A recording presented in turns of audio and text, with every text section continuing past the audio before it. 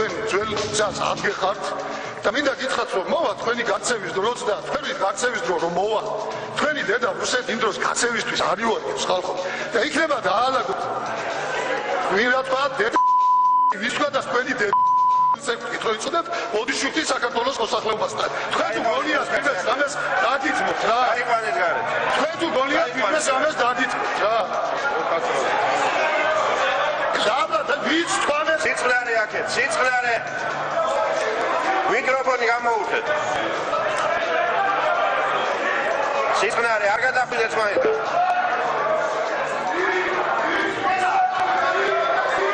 სიწყნარე ძალიან გთხოვთ ბატონ აკაკის მივეხმაროთ გარეთ გაყვანაში სიწყნარე სიწყნარე სოსო სოსო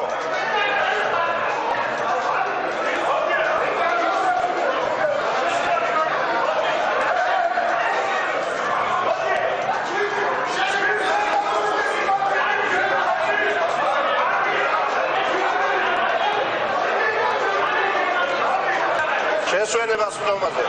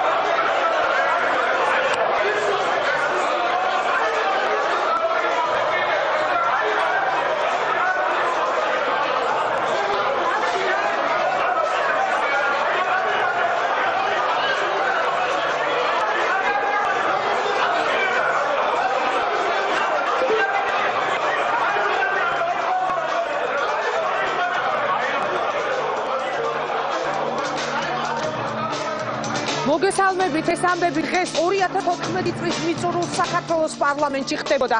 თულია იმის თქმა აქვს თუ არა ხალხისთვის მნიშვნელობა, ვისი მიზეზი და რატომ დაიწყო ჭხუბი. ფაქტია, რომ ამ ყველაფერს დღეს სრულიად ქვეყანა უყურებდა. ქვეყანა, რომელიც ახალი წლის ოლოდინშია და რომლის მოსახლეობის უდიდეს ნაწილს წლის ბოლოს კითხვები იმასთან დაკავშირებით უფრო აქვს, როდის იშოვის სამსახურს, როგორ გამოყვებავს ოჯახს და როგორ არ უნდა შეეშინდეს ხვალიდელი დღის და ალბათ ყველაზე ნაკლებად აღელვებს, რატომ აგინებენ დედას და რატომ ურტყამენ ერთმანეთს პარლამენტარები, ან რას ურტყამენ ერთმანეთს. დღეს წლის ბოლო რეაქციაა, დღეს შევეცდებით ყველაზე მნიშვნელოვან შეკითხვებზე მივიღოთ პასუხები და მათგან ყველაზე მთავარზე, რომლის პასუხის დღეს საღამოს ხალხმა, ჩვენმა მაყურებელმა უნდა დადოს ინტერაქტივის შედეგით. შეკითხვა, რომელსაც ინტერაქტივში გთავაზობთ კი ასეთია, როგორ შეიცვალა თქვენი ოჯახების ეკონომიკური მდგომარეობა 2014 წელს დადებითად, უარყოფითად, საერთოდ არ შეცვლილა. მოდით ერთად გავარკვიოთ, რა მოუტანა ამ წელმა თითოეულ თქვენგანის ოჯახს და პირველ რიგში როგორ შეცვალა თქვენი ცხოვრება. ეს რეაქცია დღეს კი გადაცემაში წარმოგიდგენთ. ეს წლის ბოლო რეაქციაა საღამოსაცე 2014 წელი და ქართული პოლიტიკა. ისინი, ვინც ერთად მოვიდნენ. ისინი, ვინც უკვე დაიშალნენ. აღარხის მაგათო ყოფნა. ავანტიურისტი და უჯგურო მინისტრი ამბიციური ჩამოგშორდა. პრემიერ-მინისტრმა სახე დაკარგა. ისინი, ვისაც ბიძინა ივანიშვილი შემოწყდა. სარავისთან მათ პრაქტიკულად ურთიერთობის სურვილი არ აქვს. ასაცილო მდგომარეობაში ვარდება ქვეყანა და თვითონაც. ეს არის არასწორი ნაბიჯი, რომელიც გადაიდგა პრეზიდენტის ინსტიტუტის საპირისპიროდ. დღეს რეაქციაში წლის მთავარი პოლიტიკური ფიგურები პოლიტიკურ წელს შეაჯამებენ ქართული პოლიტიკა შუშის სასახლიდან პრეზიდენტის ადმინისტრაციამდე და პირიქით. მე გადავდექი. გადავწყვიტეთ დავტოვოთ დაკავებული თანამდებობები. ისინი დიდ პოლიტიკას ქმნიან, რომელსაც სახელად ქართული პოლიტიკა ჰქვია, რა შეუსრულეს და რა ვერ შეუსრულეს საკუთარ მხარდამჭერებს. ყველას უნდა შეეძლოს ოჯახის რჩენა და ჩვენ ამას შევძლებთ. დღევანდელი ოპოზიცია, რომელიც ქვეყანას 9 წელი მართავდა, ნაციონალური მოძრაობა, რომლის ნაწილი ციხეშია, ნაწილი უკრაინაში და ნაწილი საქართველოს პარლამენტში. მთავარი პოლიტიკური ფიგურები, მთავარი პოლიტიკური მოვლენები, ხმაურიანი დაჭერები, ქვეყანაში არსებული სოციალური მდგომარეობა, გზა ევროპისკენ თუ გზა რუსეთისკენ, კომპრომატების ომი 2014. ძოჭი გაქვთ ყველას. ყველა კითხვა და ყველა პასუხი პირველების შემაჯამებელი რეაქცია. ეს გადაცემა არ უნდა გამოტოვოთ. ვიწყებთ ზუსტად საღამოსაცზე. და აქვე კიდევ ერთხელ შეგახსენებ ის ბოლო რეაქციის მთავარ შეკითხვას, როგორ შეცვალა 2014 წელს თქვენი ოჯახების ეკონომიკური მდგომარეობა, როგორ შეიცვალა, დადებითად, უარყოფითად თუ საერთოდ არ შეცვლილა. დარეკეთ ზარი უფასო, ასევე გამოგვიგზავნეთ თქვენი მოსაზრებები ჩვენს Facebook გვერდზე სახელწოდებით რეაქცია. დღეს პირდაპირ ეთერში წლის პოლიტიკური თემების მთავარი გმირები ისაუბრებენ, ისინი, ვინც ერთად მოვიდნენ და ვინც უკვე დაიშალნენ. საქართველოს პრეზიდენტი და თავდაცვის ყოფილი მინისტრი, ქართველი პოლიტიკოსების უმრავლესობა არიან ამბიციური და მათ ხშირად გაუაზრებელი ამბიციები აქვს. ისინი ხშირად მოქმედებენ არა საერთო სახელმწიფო ინტერესებიდან გამომდინარე, არამედ მოქმედებენ ვიწრო პარტიული ინტერესები და ამ შემთხვევაში უშვებენ ყველაზე დიდ შეცდომას, როდესაც საკუთარ პარტიულ ინტერესებს აყენებენ ქვეყნის ინტერესებზე მაღლა. ესაა პოლიტიკოსის ყველაზე დიდი შეცდომა, რაც განაპირობებს ამ პოლიტიკოსის კრახს, რაც იტყვიან დღეს რეაქციაში პრემიერ-მინისტრის ღარიბაშვილის ამ განცხადებაზე. გიორგი მარგველაშვილი და ირაკლი ალასანია პრემიერის ეს განცხადება დღეს ქართული ოცნებიდან წასულ პოლიტიკოსებს ეხებოდა, დაშორდნენ თუ არა მარგველაშვილი და ალასანია გუნდ ამბიციების გამო. სექტა და მოღალატეები შეფასებები კი დღეს ღარიბაშვილისგან ნაციონალურ მოძრაობას ერგო, რაც უპასუხებს პრემიერის ბრალდებას რეაქციაში უმცირესობის ლიდერი დავით ბაქრაძე რამდენიმე წუთში უპასუხებს პრემიერ-მინისტრის ღალაში დადანაშაულებაზე. კიდევ ერთი საინტერესო ამბავი, არ გაგიკვირდეთ და დღეს რეაქციაში არ მიიღებს მონაწილეობას სახელმწიფო გუნდი. ორღიანი დაპირებების მიუხედავად, რომ დღეს ამ სტუდიაში წლის შეფასებით უმცირესობის ლიდერი იჯდებოდა, ისაკ არ ჯდება. ოცნებამ წლის შემაჯამებელ ვერც ერთი ლიდერი ვერ მონახა. ეს განსაკუთრებით მნიშვნელოვანი იყო ჩვენთვის ინფოზე, როცა დილით პრემიერს შემაჯამებელი პრესკონფერენცია ჰქონდა. ოცნება კარგად იყოს და ჩვენ მათ გარეშე დავიწყოთ. მაშასე როგორ შეიცვალა თქვენი ოჯახების ეკონომიკური მდგომარეობა 2014 წელს ჩაერთეთ ინტერაქტივში და მოდით ერთად გავცეთ მთავარ კითხვას პასუხი. ეს პასუხი ხალხმა უნდა დადოს. ინტერაქტივი ჩაითო გადაცემას კი რამდენიმე წამში საქართველოს პრეზიდენტი გიორგი გიორგი მარგოლაშვილი გახსნის, როგორ აფასებს 2014 წელს პრაქტიკულად ოპოზიციონერი პრეზიდენტი, რომლის დადებული ვეტოს დასაძლევად მოსმენების შესახებ უმრავლესობამ ყველაფერი გააკეთა. რა რეაქცია ჰქონდა სტრასბურგში მიხეილ სააკაშვილის დანახვაზე ასოცირების ხელშეკრულების რატიფიცირებისას და რატომ არ მისცეს იქ სიტყვა, რატომ ხდება სხვადასხვა პოლიტიკურ პარტიებს და ხომ ნიშნავს ეს ფაქტი იმას, რომ პრეზიდენტი საკუთარ მხარდამჭერ პარტიებს იკრებს გარშემო ოცნებასთან აპირისპირების ფონზე, რომელთა შორის ნაციონალური მოძრაობა შესაძლებელია იყოს. რას აპირებს უზენაესი სასამართლოს კანდიდატურასთან დაკავშირებით, თუ უმრავლესობა მის კანდიდატურას მხარს არ დაუჭერს, როცა ალასანია გადადგა და პრეზიდენტმა ამის გამო საგანგებო მთავრობის ხდომის მოწვევა მოითხოვა, რატომ არ მოიწვიეს ეს ხდომა, რა კომენტარს გააკეთებს პრემიერის დღევანდელ განცხადებებზე და იქ დასმულ კითხვაზე არის თუ არა პუტინი საქართველოს მტერი, რა სიტყვის უკრაინაში მებრძოლ ჯარისკაცებზე აპირებს თუ არა შეხვედრას რუსეთის პრეზიდენტთან და მთავარი კითხვა, როგორ ფიქრობ შეუსულა თუ არა ხელისუფლებამ ხალხს დანაპირები, რომელიც 2012 წლის არჩევნების წინ გასცა, როგორ ფიქრობს გაუარესდა თუ გაუმჯობესდა ქართული ოჯახების ეკონომიკური მდგომარეობა. საქართველოს პრეზიდენტს თხოვს სტუდიაში, რომელსაც სულ მალე მეორე შვილი ეყოლება და აქვე მიულოცავ ქალიშვილის გაბედნიერებას. საღამომშვიდობის, ძალიან დიდი მადლობა, რომ მიიღეთ გადაცემაში მონაწილეობას. ხო, დამბრძანდეთ, ისე დაემთხვა, რომ თქვენ აღმოგაჩნდა ძალიან კარგი ფეხი. სხვისთვის არ ვიცი, ხელისუფლებაზე ვერაფერს გეტყვით, მაგრამ ჩვენი გადაცემისთვის კი, იმიტომ რომ სეზონის პირველი გადაცემის მთავარი სტუმარი იყავი და სეზონის ბოლო გადაცემის ასევე პირველი სტუმარი. მიხარია თუ დიდი მადლობა ბატონო პრეზიდენტო, რომ მიიღებთ გადაცემაში მონაწილეობას. წლის ბოლოს უნდა შევაჯამოთ განვლილი წელი და მე მინდა ცელი ინტერვიუ ავიღო დღეს ჩემი სამივე რესპონდენტისგან, რომელთაგან ორი იყო ხელისუფლების წევრი და დღეს ოცნებასთან აშკარად ღია დაპირისპირება აქვს.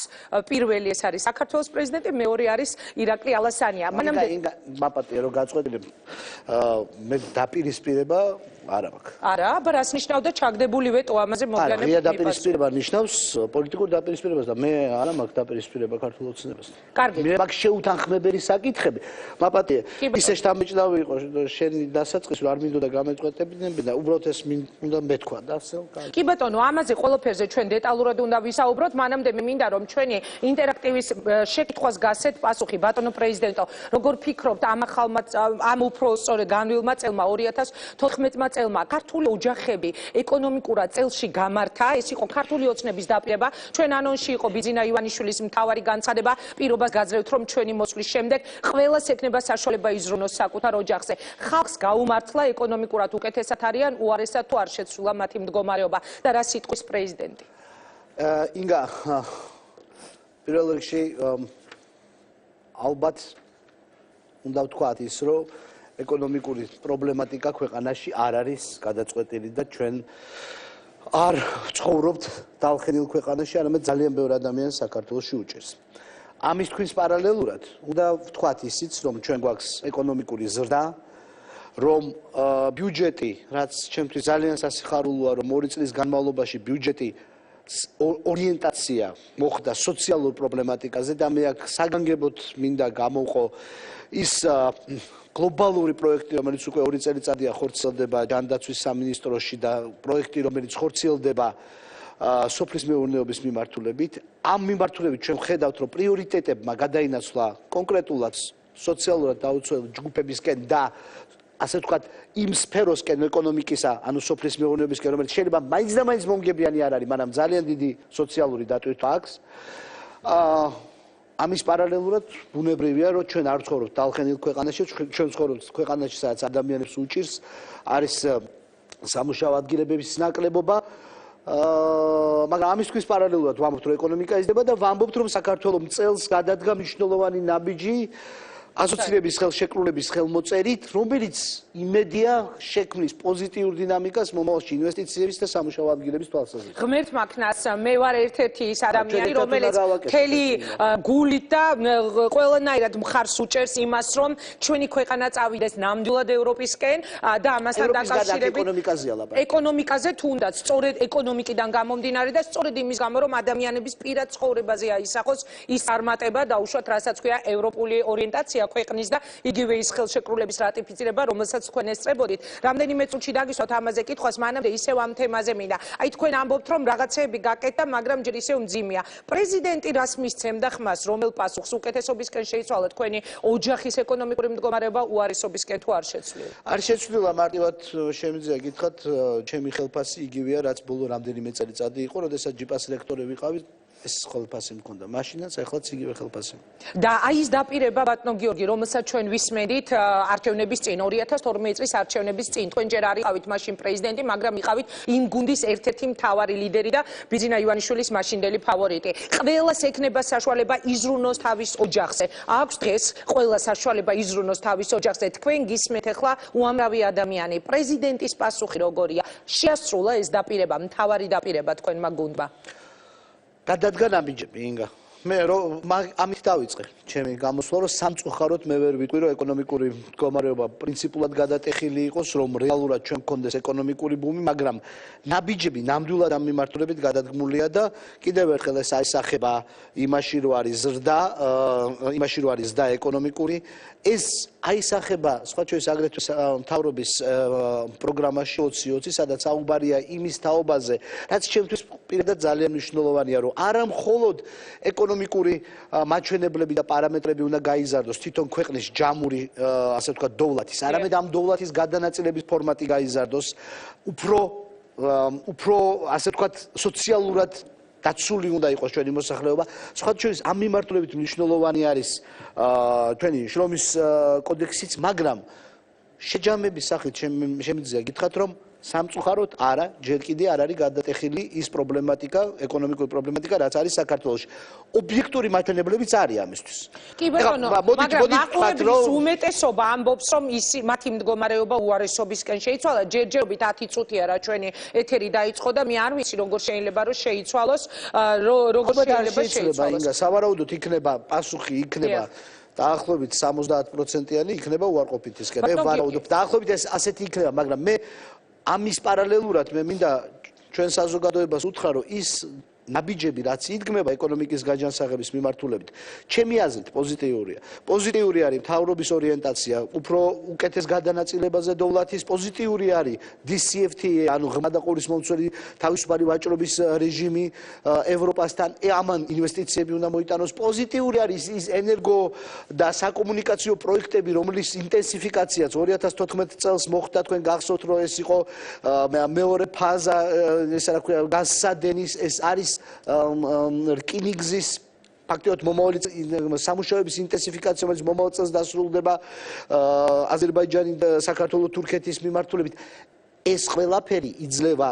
პოზიტიურია ისიც, რომ 5-6% არის ეკონომიკის და პოზიტიური არა ასახული სამწუხაროდ ჯერ ჩვენს ოჯახების მდგომარეობაზე, მაგრამ იმედის მომცემი მომავლისთვის. კი ბატონო, პოზიტიური, რაზეც ახლა თქვენ საუბრობთ და იმედის მომცემი. მაგრამ აი ეხლა რო შევთანხმდეთ ახალი წლის წინ, ჩვენ კვირას გვექნება ძალიან საინტერესო გადაცემა, სხვა შორის როგორ ხდება ჩვენი მოსახლეობა ახალ წელს ძალიან ბევრ ადამიანს ძალიან უჭირს. მე მინდა პრეზიდენტის პასუხი მოვისმინო დღეს. ის რაც ხდებოდა საქართველოს პარლამენტში, ის მუშტიკრივი დედის გინება, თავში ნივთების ჩარტყმა დეპუტატების მხრიდან ერთმანეთისთვის. როგორ ფიქრობ, რა სურათს დებს? თქვენი შეფასება როგორია? ხალხი ამას უყურებს ტელევიზორში, მაშინ როცა არ იცის, როგორ იშოვოს სამუშაო ადგილი, მაშინ როცა არ იცის, როგორ გამოყვებოს საკუთარი ოჯახი. ადეკვატურია დღეს ქართული პოლიტიკა იმ პრობლემებისა, რაც რეალურად ქვეყანაშია. პირველ რიგში პარლამენტთან დაკავშირებით მე მინდა უთხრა ალბათ ჩვენ ტელემაყურებლებს, რომ სავარაუდოდ ყველა ის დეპუტატი, ვინც მონაწილეობდა ამ დღევანდელ ინციდენტში, საღამოს უყურებდა ტელეეთერს და ყველა ალბათ ძიმედ განიცდიდა, რომ მონაწილე იყო ამ არც თუ სასიამოვნო სანახაობის. ან განიცდიდა, ან არა, მაგალითად მე დღეს აღმოვაჩინე ზვიადაურის ფუნქცია პარლამენტში, როგორ გადახდა და როგორ ჩაერთო ომში. ეს ცოტა სარკაზმით, ასევე ვიტყოდი ბობოხიძეზეც, ანუ ორივე მხარეს, მაგრამ არ ვიცი, შეიძლება მოეწონოთ კიდეც საკუთარი. არ მგონია, სავარაუდოდ ისინი განიცდიან, როცა ხედავენ თავიანთ თავს ტელეეკრანზე ასეთ იპოსტაჟში, არა როგორც კანონმდებლების, არამედ როგორც რაღაცა თლათ არასასიამოვნო ვითარებაში ალბათ ისინი განიცდიან და მე ვარაუდობ, რომ ამას მოყვება გარკვეული ესეთი ემოციური პასუხიც ჩვენი დეპუტატებისგან, რომლებიც იტყვიან იმას, რომ ეს მათთვის არ არის მაინც და მაინც სასიამოვნო. მე პოლიტიკასთან მიმართებაშიც მინდა გითხრათ, რომ ბუნებრივია პოლიტიკოსები ხშირად ცდებიან ხოლმე დღის წესრიგს და სხვა თემებზე საუბრობენ და გადასაწყვეტი არის სხვა, მაგრამ ზოგადად ქვეყნის განვითარების დინამიკა ინგა მაინც პოზიტიურისკენ მიდის. მე არ მინდა მე იცით რაშია საქმე, ძალიან იოლი არის ყოველთვის გადააბრალო, დაადანაშაულო, თუნდაც მოწინააღმდეგე მხარე, ჩემთვის ეს არ არის მკლად მისაღები ფორმა, იმიტომ რომ მოდით შევხედოთ შარშანდელ წელს, უბრალოდ ამ განვლილ წელს და დავინახოთ, რომ ჩვენ პოზიტიური ნაბიჯები გადავდგით. ჩვენ რა არის თქვენთვის გადადგმული პოზიტიური ნაბიჯები გარდა იმ ჩამონათვალისა, რაც წეგან გააკეთეთ? შემიჯამეთ 2014 წლის პოზიტივები თქვენთვის, როგორც ქვეყნის პრეზიდენტისთვის. ქვეყანა ჩაატარა თვითმმართველობის არჩევნები, ინგა. რა მოიგო ხალხმა? ხალხი ხელისუფლების არჩევით ჩვეულებრივ იგებს იმას, რომ მას ყავს მმართველები, რომლებიც მის მიმართ არიან პასუხისმგებლიანები. ეს ერთი მომენტი, ჩვენ ჩავატარეთ დემოკრატიული არჩევნები. რა თქმა უნდა, იყო რიგი პრობლემები, მაგრამ საბოლოოდ ეს იყო არჩევნები, რომელმაც საქართველოში პირველად მეორე ტურები დანიშნა თვითმმართველ ერთეულებში. ეს თავისთავად პოზიტიური მოვლენა იყო. ეს ერთი. ჩვენ მოვაწერეთ ხელი ასოციების ხელშეკრულებას. ჩვენ მოვახდინეთ რატიფიკაცია ასოციების ხელშეკრულებას. ჩვენ ვიყავით ველსში. ჩვენ როგორც უკვე მოგახსენეთ მანამდე ის პროექტები, ის გლობალური, რეგიონალური პროექტები, რომლებიც არსებობდა ამ პერიოდში, ეს პროექტები გავააქტიურეთ. ჩვენ გვაქვს ეკონომიკური ზრდა, ჩვენ გვაქვს მოქმედი, ქმედითი დემოკრატია, თავისუფალი მედია და შესაძლებელია ეს ყოველთვის არ არის სასიამოვნო სანახავი, მაგრამ ყოველ შემთხვევაში ეს არის ჩვენ მას საზოგადოებამ გადადგა ნაბიჯი წინ, უფრო თავისუფალი, უფრო გახსნილი საზოგადოების. რა იყო მინუსი ამ წლის? რასაც თქვენ ელოდით, თქვენივე გუნდისგან წეგან მითხარით ხაზგასმით, რომ სულაც არ ვარო დაპირისპირებულიო. სხვადასხვა რამეა, შენი გუნდი და დაპირისპირებული არ არის. ანუ თქვენი გუნდი არ არის ოცნება, შევთანხმდეთ ამაზე. ინგა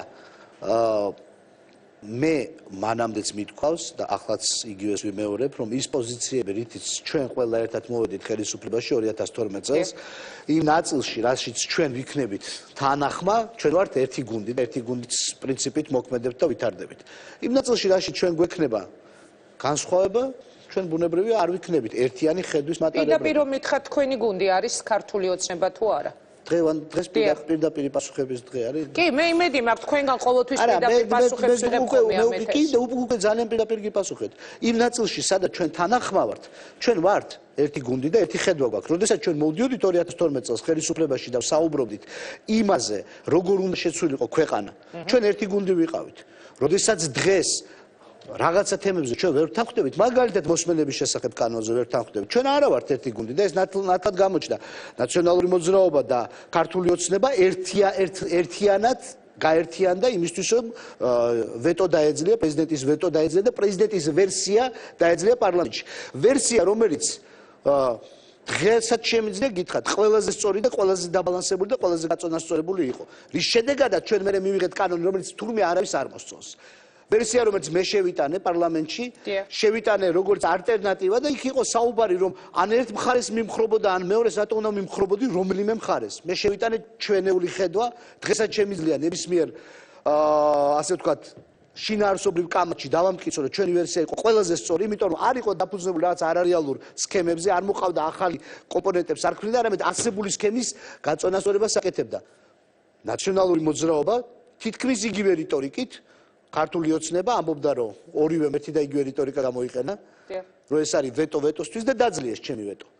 ახლა როგორ ვთქვა, მე ამ შემთხვევაში ერთიანი გუნდი სრულიად სხვა იყო და მე სხვა პოზიციაზე ვიდექ. რა მივიღეთ ამ მოსმენებით, რა დააკანონეს? თქვენი ვეტოს დასაძლევად იყო დიდი ამბავი პარლამენტში, დეპუტატების გამოძახება, საგანგებო დაბარება, რომ ერთი ხმად კი არ უნდა დაკლებოდა და რა მივიღეთ? მივიღეთ ის, რაზეც მე თქვენს, რომ ეს არ არის სრულყოფილი და თურმე ეს კანონი ხელახლა უნდა გადაიღოს. ისევ გვისმენენ დღეს? იგა მე არც მანამდე არ გისმენით, არც ახლა არ გისმენთ, არც მომავალში არ მოგისმენთ. თუ თქვენ არ დამიეკავთ მე და თქვენ პირადად არ დამელაპარაკებით და თქვენ არა, მაგრამ ისევ გვისმენენ? მე შემიძლია თქვენს გისმენენ ალბათ, თუ გვისმენენ. იმედია რომ მე ახლა მაყურებელი მისმენს, რეალურად მე შემიძლია გითხრათ შემდეგი. ადამიანის დაცულობა და სისტემის დაცულობა იმ ვარიანტში, რომელსაც ჩვენ ვთავაზობდით, იყო ბევრად უფრო მაღალი ხარისხის, ვიდრე არის ახლა. მე არავის ვერ ვადანაშაულებ, ვინ ისმენს, ვინ არ ისმენს, მაგრამ დაცულობა ადამიანის პირადი ცხოვრების ბევრად მაღალი იყო იმ კანონპროექტით, რომელიც ერთად შეთანხმებულად ერთი და იგივე რიტორიკით დამიძლიეს ნაციონალურ მოძრაობამ და ქართულმა ოცნებამ. ორი კვირით ადრე ამ ვეტომდე მე გამოდიოდი პარლამენტში და მე ვსაუბრობდი იმ რიტორიკით, რა რიტორიკითაც ჩვენ ვსაუბრობდით 2 წლის წინ.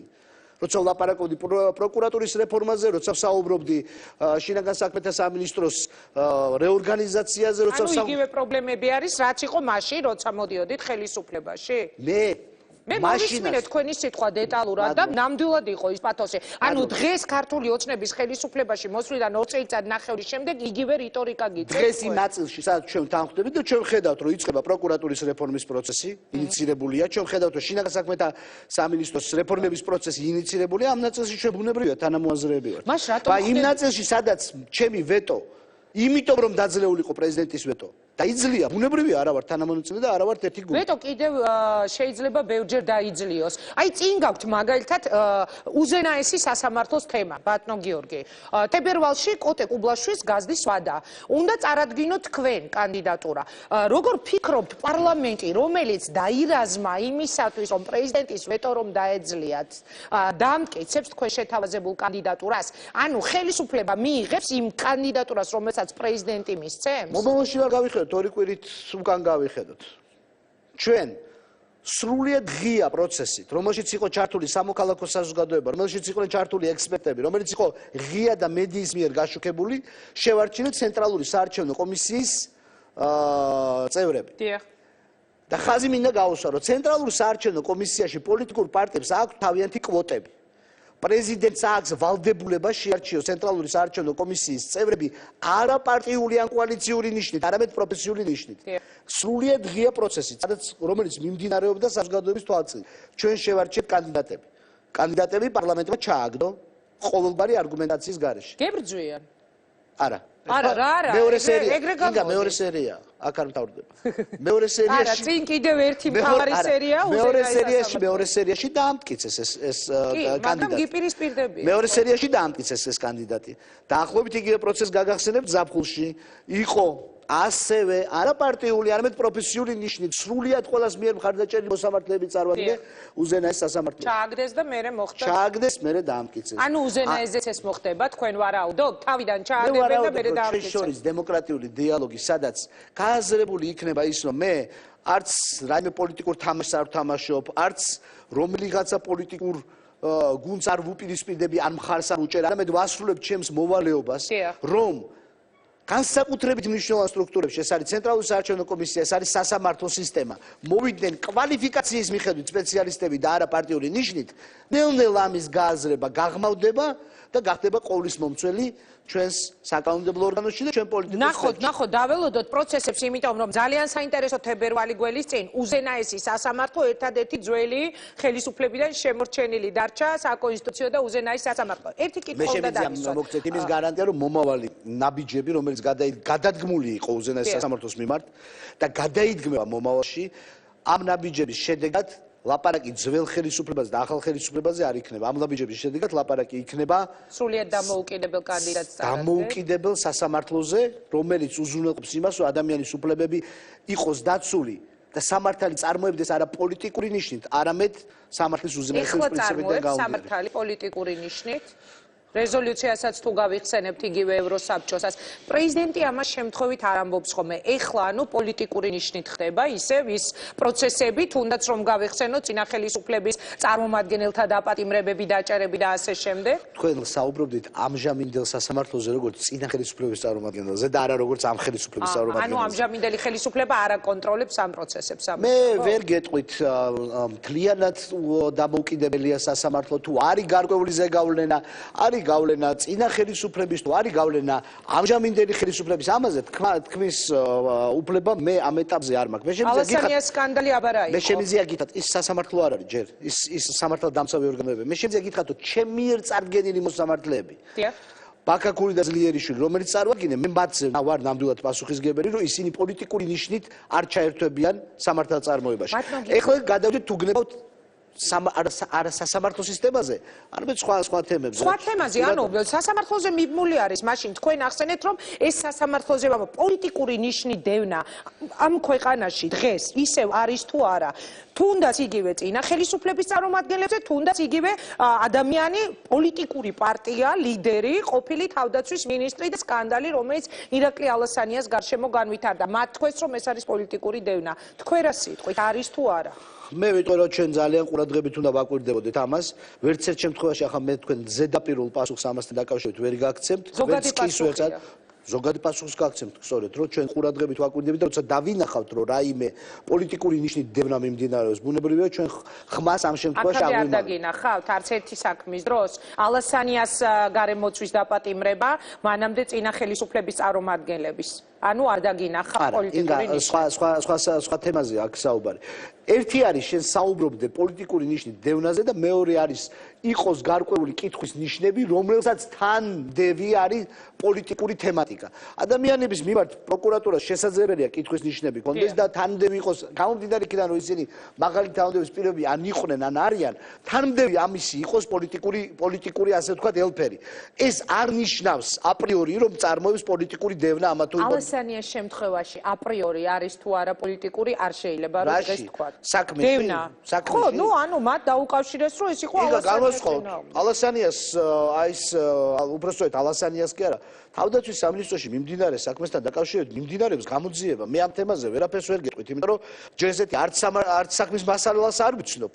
და ბუნებრივია არც ავარ დახედული და არც უნდა ვიყავ. მაშინ რატომ მოინდომეთ მთავრობის საგანგებოს ხდომის მოწვევა, როდესაც ირაკლი ალასანია მოხსნეს პოსტიდან, თქვენ იყავით ადამიანი, პრეზიდენტი გამოვიდა მოთხოვა საგანგებოს ხდომა, რომელიც არ მოუწევიათ. ანუ თქვენს კითხვის ნიშნები ქონდა. არა საქმესთან დაკავშირებით.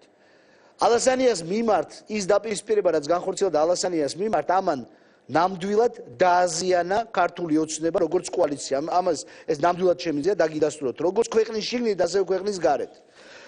საქმე გვერდზე გადავდოთ, იმიტომ რომ ჩვენ არც მე არც თქვენ ამ საქმის დეტალებს არ ვიცნობთ. იცნობს ხალხი ამ საქმის დეტალებს, მაგრამ ჩვენ და მე და თქვენ არ ვიცნობთ.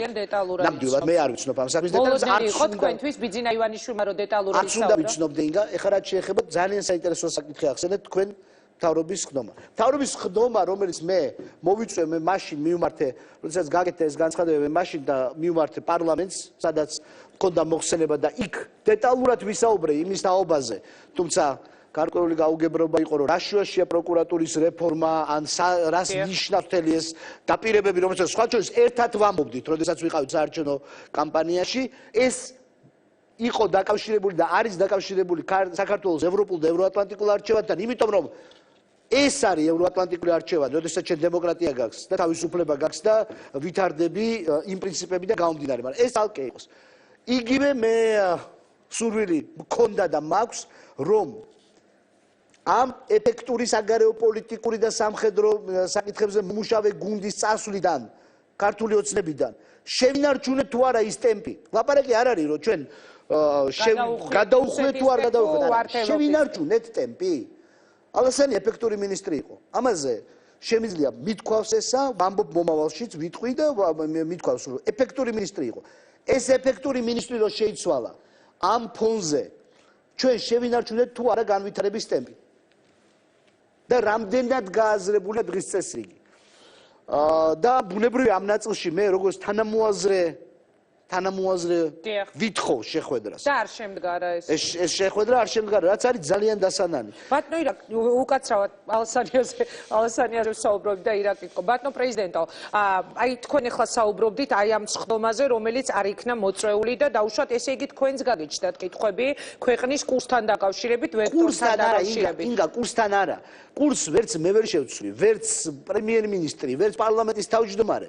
ვერ შევცვლით, ეს არის ქართველი ხალხის არჩევანი ეფექტურობასთან. შეიძლება შენ მიდიოდე A პუნქტიდან B პუნქტში და მიდიოდე ან 300 კილომეტრის სიჩქარით, ან 3 კილომეტრის სიჩქარით. ოპონენტები დღევანდელ ხელისუფლებას ადანაშაულებენ სწორედ საგარეო კურსზე, ორიენტაციასთან დაკავშირებით. შეგახსენებთ ბოლო პერიოდის ყველაზე დიდი სკანდალი, რაც მოხდა თავდაცვის სამინისტროში. თავდაცვის სამინისტროს განცხადება, რომელსაც მოყვა დიდი პროტესტი ქვეყანაში, უკრაინაში დაღუპულ ქართულ მეომართან დაკავშირებით. თქვენ გააკეთეთ განცხადება, თქვენ ფიქრობთ ესე იგი, რომ თავდაცვის სამინისტროს მაშინ ეს განცხადება უნდა გაეკეთებინა აღიარებინა, რომ ეს მეომრები აყოლილები არიან სააკაშვილის პროვოკაციას? ინგა, ჩემი განცხადების შინაარსი იყო ძალიან კონკრეტული.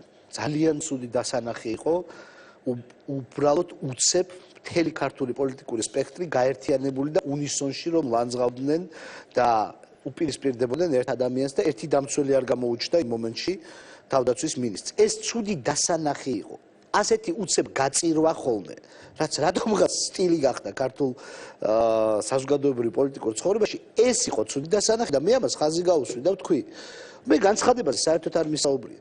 მაგრამ არ შეიძლება უცებ, აი რაღაცა არის ამაში, რაც ჩემი აზრით ჩვენი კულტურიდან შორს არის. ყველა რო უცებ გაერთიანდება და ყველა გაილაშქრებს, უცებ აღმოაჩენენ დიდ ჭეშმარიტებას და ყველა ერთიანად ხატოვანი იმებით, გამოთქმებით უცებ გაილაშქრებს ერთი ადამიანს. ის არ არის, რასაც მოაქვს პოზიტივი ჩვენი ცხოვრებისთვის. აქედან გამომდინარე, მე ვალდებულად ჩავთვალე, რომ მე თქვა, რომ ცოტა ხანი ეს რაღაცა უნისონი, ეს ისტერიული რაღაც დაპირისპირება, ცოტა ტემპერატურას დაუკლოთ. ნახოთ, იქნება ასეთი რაღაცა კატასტროფული არც მომხდარა. ეხლა რა შეიძლება უსმინეთ დღეს ირაკლი ღარიბაშვილის პრესკონფერენციას? არა, ინგა არ მისმენი. მაშინ მე დაგისვავთ ერთი წამი დავამთავრო და მე დამისვით.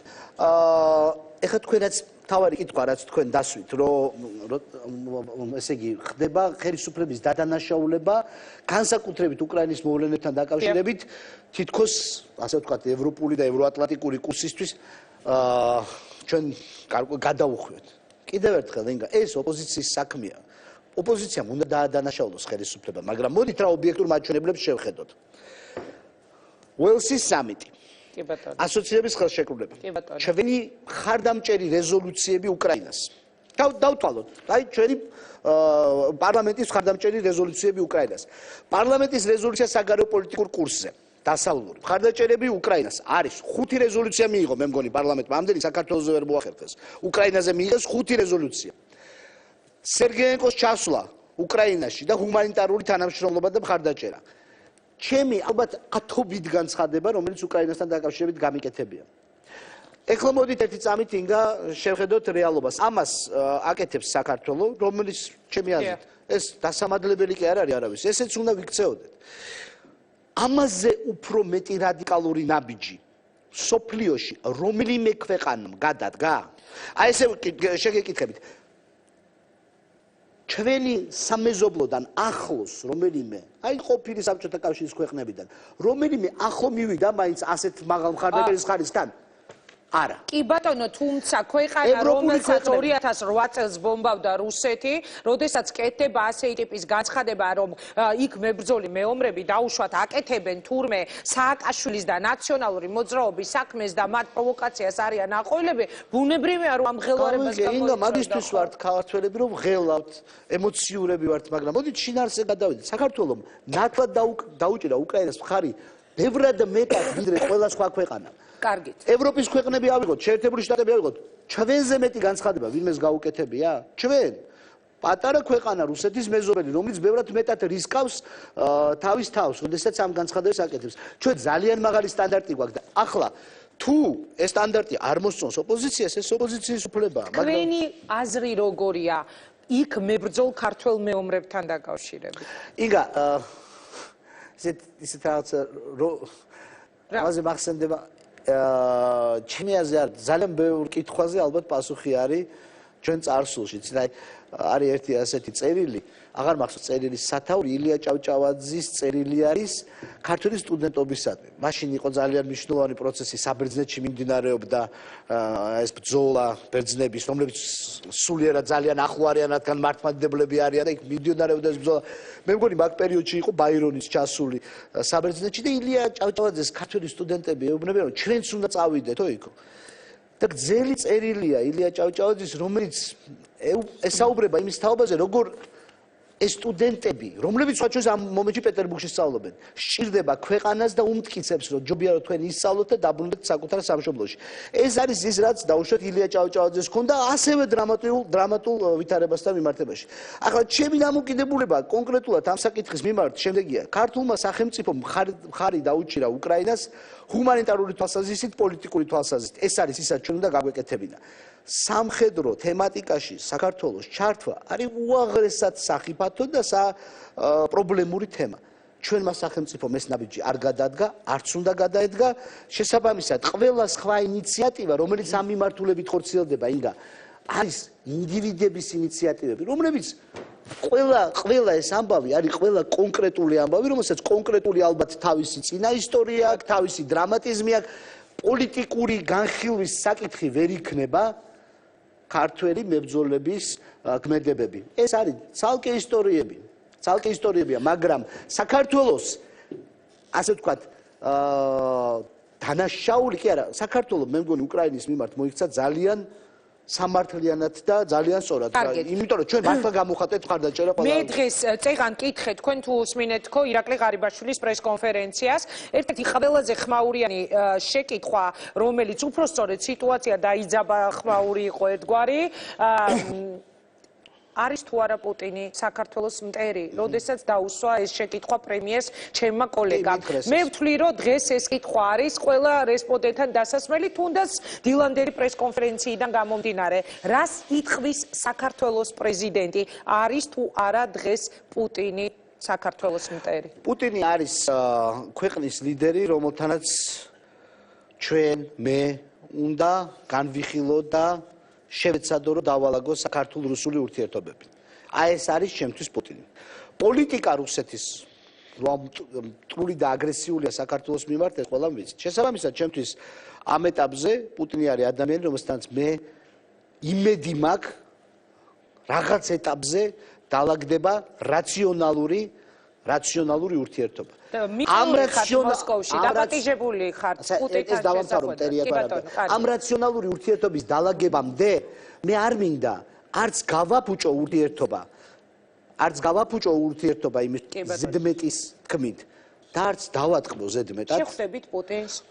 თუ იქნება ეს უკვე ხო ის არის რა ქვია მე რამდენჯერ არის ეს კითხვა შეხვდები თუ არ შეხვდები ბუნებრივია შეხვდები თუ იქნება დღის წესრიგი რომელიც ეხება ჩვენს ურთიერთობებს სხვა რა ვითარებაში შეიძლება მოხდეს არა სხვა ეხლა ღვინის დასალევად ალბათ არ მიგიწევთ ხო ალბათ რაღაცა თუ შეხვდებით საქმეზე უნდა ისაუბროთ რასაკვირველია და ანუ თქვენ ფიქრობთ რომ არის დასაშვები რომ თქვენი შეხვედრა შედგეს მას რა თქმა უნდა იცით რა შესაქმე თუ რუსული მხარე ჩამოყალიბდება აი დღეს ასეთი ვითარება რუსეთთან რადგან ამ თემაზე ვსაუბრობთ მოდით მაყურებელი ცოტა ინფორმაცია მივცეთ ორი ფორმატია დღეს რუსეთთან ურთიერთობების ერთ-ერთი არის ჟენევის ფორმატი მეორე არის აბაში და კარასინის დიალოგი ამ ფორმატებში გარკვეული საკითხები განიხილება ბუნებრივია პრეზიდენტების შეხვედრა ამ ფორმატებზე ვით საკითხებს უნდა შეეხებოდეს შესაბამისად ეს ტერიტორიულ მთლიანობას ტერიტორიული მთლიანობა ბევრი საკითხია ტერიტორიული მთლიანობა ჩვენ გვაქვს ძალიან მნიშვნელოვანი თემატიკა რომელიც უკავშირდება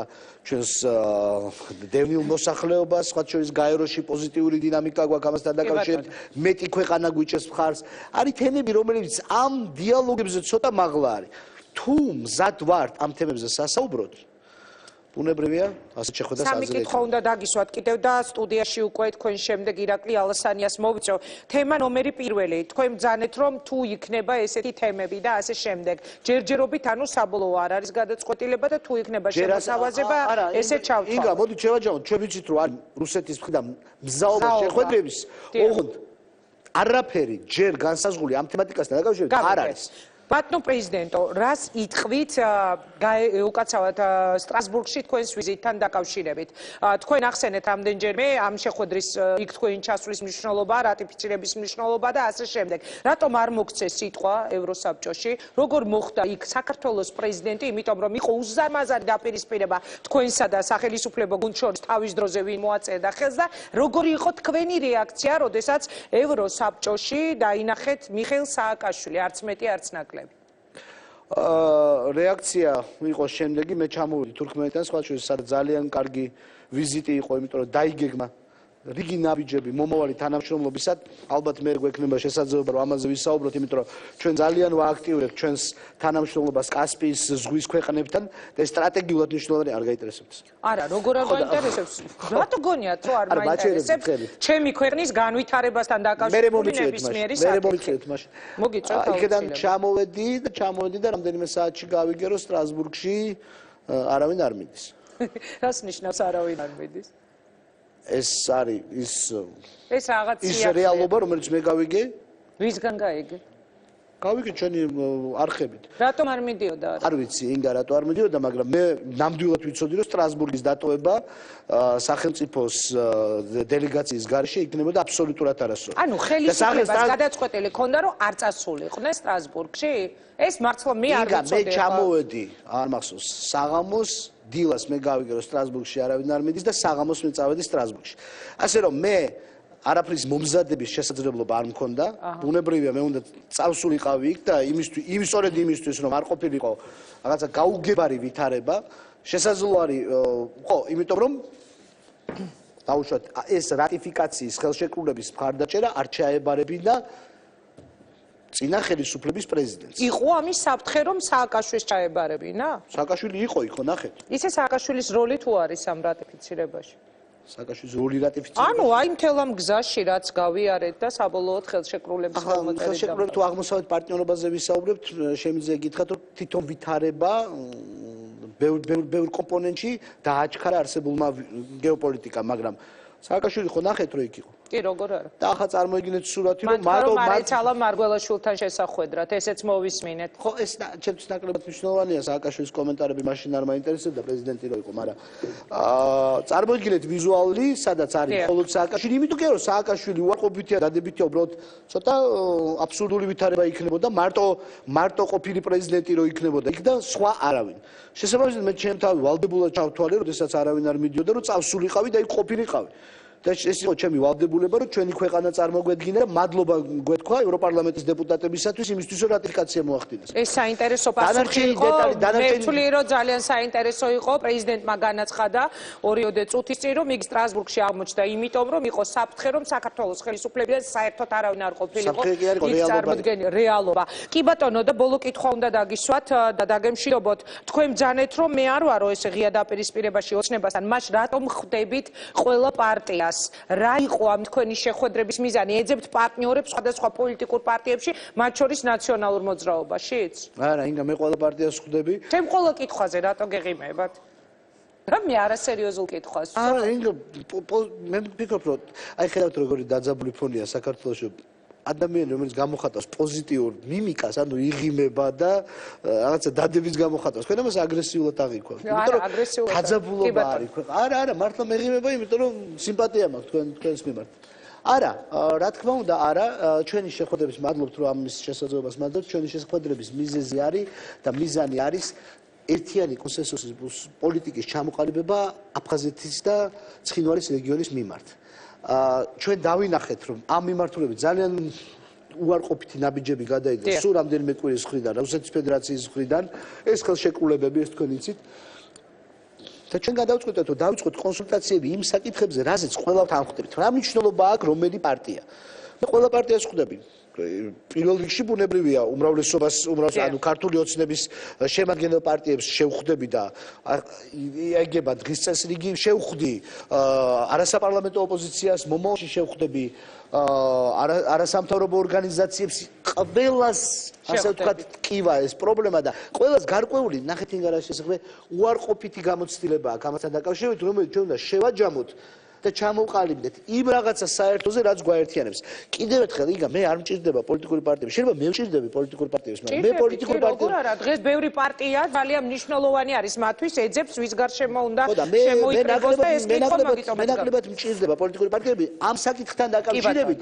ნამდვილად მჭირდება რომ ყველა გავერთიოს. ძალიან დიდი მადლობა, მე მინდა რომ მადლობა გადაგიხადოთ და ვიდრე დაგემშვიდობებით, თქვენ ბრძანეთ რომ ხელისუფლებას იქ წასვლა არ ქონდაო გადაწყვეტილიო, მას როგორ მოხდა იქ თამარ ბერუჩაშვილი, ქალბატონი საგარეო საქმეთა მინისტრი, რომელიც მე ვერაფრით ვერ მოვიწვია ამ სტუდიაში, ქონდა ამ შეკითხვების დასმის სურვილი მისთვის გამგზავრებამდეც, მაგრამ ამას არ აქვს მნიშვნელობა. მას როგორ მოხდა და ღარიბაშვილმა თქვა რომ ჩვენ გაუშვითო პრეზიდენტი, ხო? აი კიდევ გაიგებთ. მე მიღიმით ახლა თუ ღარიბაშვილის განცხადებაზე გეღიმებთ. თქვენ გეღიმეთ იქ. ანუ არაფერ შუაში არ იყო ეს რეალობასთან ეს განცხადება. მე თქვენ გითხარით, მე როდესაც ჩამოვედი თურქმენეთიდან, ვითარება იყო ასეთი. გავიგე. რომ იქ უმაღლესი პირები ქვეყანას ყავს რამდენიმე უმაღლესი პირი, არც ერთი არ მიდიოდა. მე მომიხდა წასვლა. ძალიან დიდი მადლობა. მე მინდა რომ გისურვოთ წარმატება და იმედია ასევე ბედნიერი იქნება თქვენი ფეხი 2015 წელს უკვე ახალი წლებისთვის შეწყალება, რომელიც პრეზიდენტის მხრიდან იგეგმება დღეს რომ გაიარეთ ხომ არ ველოდოთ ემზარ კვიციანის შეწყალებას. მეუბნებიან საეთეროდან არ ვიცი ეთყობა ძალიან ბევრი ზარი არის. არ შემოსულა ამასთან დაკავშირებით თქვენ იცით როგორ არის პროცედურა, ანუ ადამიანი აღიარებს თავის დანაშაულს და ითხოვს შეწყალებას. ასეთი რამე არ შემოსულა. წარმატებას გისურვებ. დიდი მადლობა ნახვამდის. მაშასე ეს იყო საქართველოს პრეზიდენტი გიორგი მარგველაშვილი. მან განაცხადა რომ სტრასბურგში მოხვდა იმიტომ რომ როგორც მან გაარკვია საერთოდ არავინ აპირებდა ხელისუფლებიდან ასეთ მნიშვნელოვან ღონისძიებაზე დასწრებას. როგორ შეიცვალა თქვენი ოჯახების ეკონომიკური მდგომარეობა 2014 წელს დადებითად უარყოფითად თუ საერთოდ არ შეცვლა. თავდაცვის ყოფილი მინისტრი და წლის პოლიტიკური სკანდალის მთავარი გმირი ირაკლი ალასანია რამდენიმე წამში განაგზობს ეთერს. ქართველი პოლიტიკოსების უმეტესობა ვიწრო პარტიული ინტერესებითა და გაუაზრებელი ამბიციებით მოქმედებს, რაც ამ პოლიტიკოსისა და მისი გუნდის კრახს განაპირობებს. რას უპასუხებს პრემიერის ღევანდელ განცხადებას და ღარიბაშვილის პრესკონფერენციის ერთ-ერთ ხმაურიან შეკითხვას არის თუ არა პუტინი საქართველოს მტერი. ნანობს თუ არა რომ ქართული ოცნების ნაწილი იყო ყოფილი მინისტრი, რომელსაც არც თუ დიდი ხნის წინ პრემიერმა არც თუ სასიამოვნო ეპითეტებით შეამკო. მე ირაკლი ალასანიას ვთხოვ რეაქციის სტუდიაში თავდაცვის ყოფილი მინისტრი საღამო მშვიდობის ძალიან დიდი მადლობა რომ მიიღებ გადაცემაში მონაწილეობას. გთხოვ დაბრძანდეთ ბატონო ირაკლი, როგორ შეიცვალა თქვენი ოჯახების ეკონომიკური მდგომარეობა ამ წუთისთვის 31125 ზარი არის შემოსული, აქედან 24133 ამბობს რომ უარყოფითად უარესისკენ, 4870 ამბობს რომ უკეთესობისკენ, 2122 ამბობს რომ არ შეიცვალა მათი მდგომარეობა. თქვენ რა სიტყვით ბატონო ირაკლი, როგორ ფიქრობთ, საით შეიცვალა ქართული ოჯახების ეკონომიკური მდგომარეობა დადებითისკენ, უარყოფითისკენ თუ საერთოდ არაფერი არ შეცვლილა? ეკონომიკურ განვითარებას თუ ვისაუბრებთ, აშკარა არის და სახეზეა ეკონომიკური შენელება. მე არაერთხელ მithქვამს, რომ ძირითადი, ასე ვთქვათ, საფუძველი ამისი პირველ რიგში არის სისტემური პრობლემა, რომელიც არის გადაწყვეტილებების მიღებასთან დაკავშირებული. ეკონომიკურ საკითხებზეც და სხვა საკითხებზეც გადაწყვეტილებები მიიღება ძალიან ნელა, იჭიმება, იმიტომ რომ გარკვეულად უნდა შეთანხმებული იქნას ერთ ადამიანთან, აქედან გამომდინარე. ერთ ადამიანთან ბიძინა ივანიშვილი. უნებრევია. აქედან გამომდინარე საკითხი, რომელიც მოითხოვს ერთდღიან გადაწყვეტას და არა და ბიზნესს სჭირდება სწრაფი გადაწყვეტილებები. როდესაც ინვესტორი ჩამოდის, აქვს შესაბამისი ინვესტიცია მოზიდული, მას სჭირდება რომ სწრაფად აუხსნას სახელმწიფომ თუ რა პირობებში, როგორ მას ექნება საშუალება განახორციელოს ეს ინვესტიცია, შემდეგ დასაქმდეს ადამიანები და ასე შემდეგ. ამას სჭირდება ჩვენს რეალობაში თვეები. და ამანაც განაპირობა ის ლარის კურსაც რა დაემართა, იმიტომ რომ ინვესტიციების შემოსვლა შემცირდა, ამას სხვა მიზეზებიც აქვს, ჩვენ მე მქონდა ამაზე საუბარი. ზოგადად ჩვენი მთავარი ამოცანა დღეს უნდა იყოს მომავალ წელზე გათვლით, რომ შევქმნათ მაკროეკონომიკური სტაბილურობა და ამ სტაბილურობის შექმნა ერთადერთი გზით შეიძლება შეიცვალოს გადაწყვეტილების მიღების წესი, ელიგირება გაუკეთდეს ეკონომიკურ გუნდს და მინისტრებს კონკრეტულად გადაწყვეტილების მიღების და არ უნდა ხდებოდეს რევიზია, აქედან გამომდინარე პასუხისმგებლობის გზნობა მეტი ექნებათ უწყებებს და კონკრეტულ ხელმძღვანელებს და გადაწყვეტილებები სწრაფად იქნება მიღებული. ანუ რევიზიას უტარებს ბიძინა ივანიშვილი და თქვენი საუბრიდან გამომდინარე, მე შემიძლია ასეთი დასკვნა გავაკეთო, რომ დღეს ამ ყველაფერს აკონტროლებს ივანიშვილი ბიზნესის განვითარება. გადაწყვეტილებები ეკონომიკური ხასიათის შეთანხმებულია. იყო ეკონომიკური საბჭო, როგორც იცით, ხელმძღვანელიც შეიცვალა, რამდენადაც ვიცით ყველა ამ ბოლო პერიოდში. აი იქ იჭერებოდა ძალიან ბევრი საკითხი. საკითხი, რომელზეც ეკონომიკის მინისტრს თავისუფლად შეეძლო თავისი კომპეტენციის ფარგლებში და მე მინდა ვთქვა, რომ აბსოლუტურად კომპეტენტური ეკონომიკის მინისტრი ყავს. მიუხედავად იმისა, რომ მე დავტოვებ მთავრობა, მე ვთვლი, რომ ძალიან დიდი ნაწილი მინისტრების, რომელთანაც მე მქონდა ურთიერთობა, მათ აქვთ უნარიც, რომ სწორად დაგეგმონ და განახორციელონ კონკრეტული გადაწყვეტილებები, მაგრამ მე მაშინაც ვიცოდი, ხვდებოდი ამას და დღეს უკვე აშკარაა, რომ გადაწყვეტილების მიღებებზე მათ დელეგირება არ ჰქონდათ. და პასუხისმგებლობაც სწორედ რომელსაც გაორბის ძალიან ბევრი საჯარო მოხელე. სწორედ აქედან გამომდინარეობს, მათ არ უნდათ არაფერზე ხელის მოწერა. იმიტომ რომ შემდეგ ვიღაცამ კითხვის ნიშნის ქვეშ არ დააყენოს მათი მიღებული გადაწყვეტილება. ამიტომ ეს არის ახლა გამოსასწორებელი. მე სიმართლე გითხრათ, დღევანდელ პრეს ბრიფინგზე ველოდებოდი კონკრეტულ გეგმას. თავრობის მოусმინეთ თქვენ დღევანდელ პრეს კონფერენციაში. ნაწილობრივ მოусმინე, ნაწილი წავიკითხე. შეაფასეთ თუ შეიძლება დღევანდელი განცხადებები. ძალიან მოკლედ მინდა ვთქვა, რომ მთავარი რაც სჭირდება დღეს ქვეყანას, ხალხს, საზოგადოებას, ბიზნესს სჭირდება ძალიან მყარი, თავის თავში დარწმუნებული მთავრობის თავმჯდომარე გეგმით. ეს რა თქმა უნდა მე დღეს ვერ დავინახე. მე მინდა რჩევა მივცე თვითონ ღარიბაშვილს, რომ არ უნდა უქმნიდეს მაგ დღის წესრიგს წარსული. მე როდესაც ჩვენ დავამარცხეთ ნაციონალური მოძრაობა 2012 წელს, მე სააკაშვილზე ფიქს მაშინ დავანებით აღარ. მე დავიწყე ფიქრი იმაზე, თუ რა უნდა გამეკეთებინა თავდაცვის სამინისტროში და 2 წლის განმავლობაში ამ გეგმას მივყვებოდი. და ძალიან ბევრი რამ შეიცვალა, ძალიან ბევრი რამ გააკეთა, სწორედ იმიტომ, რომ ჩვენ არ საზღვრავდით ჩვენს დღის წესრიგს წარსულით. ჩემი აზრით, დღეს აუცილებელია პირველ რიგში მთავრობის თავმჯდომარეს პრემიერ-მინისტრს ეთქვა, თუ რას გააკეთებს იმისთვის, რომ შექმნას სტაბილური გარემო ინვესტიციისთვის, ბიზნესის განვითარებისთვის, ასევე იმისთვის, როგორ შეუწყობს ის ხელს კონკურენციას. კონკურენციის გარეშე ბიზნესი ვერ განვითარდება, სამუშაო ადგილები ვერ შეიქმნება. სახელმწიფო სამუშაო ადგილებს ვერ შექმნის. თუმცა ბატონო ირაკლი, მე მოსმენილი მაქვს, რომ ეს უკვე თქვენი გუნდის წევრს ეხება ქალბატონ მაია ფანჯიკიძეს და ამიტომ გამიჩნდა ახლა ეს კითხვა. მე მოსმენილი მაქვს იგივე პირად საუბრებშიც, რომ ხელისუფლება ამბობს, რომ აი ხო იგივე ბიზნესის განვითარება, ინვესტიციების შემოსვლა ამ ქვეყანაში იმიტომაც გართულდა, აი სავიზო რეჟიმთან დაკავშირებულ, სავიზო მიმოსვლასთან დაკავშირებულ გადაწყვეტილებების გამო. ანუ ხელის გაშვერა მაინც ყოველ შემთხვევაში ესე თუ არა და დანაშაულება მაინც ხდება მაია ფანჯიკიძეს. საგარეო საქმეთა სამინისტროს ყოფილი ხელმძღვანელობის მიმართულებით, მაგრამ თავად პრეზიდენტს მოусმინეთ დღეს, რომელმაც თქვა, რომ არც კი მზადდებოდა საქართველოს დელეგაციის ვიზიტი რატიფიკაციაზე. ეს ხო არის? არა, ჩემთვისაც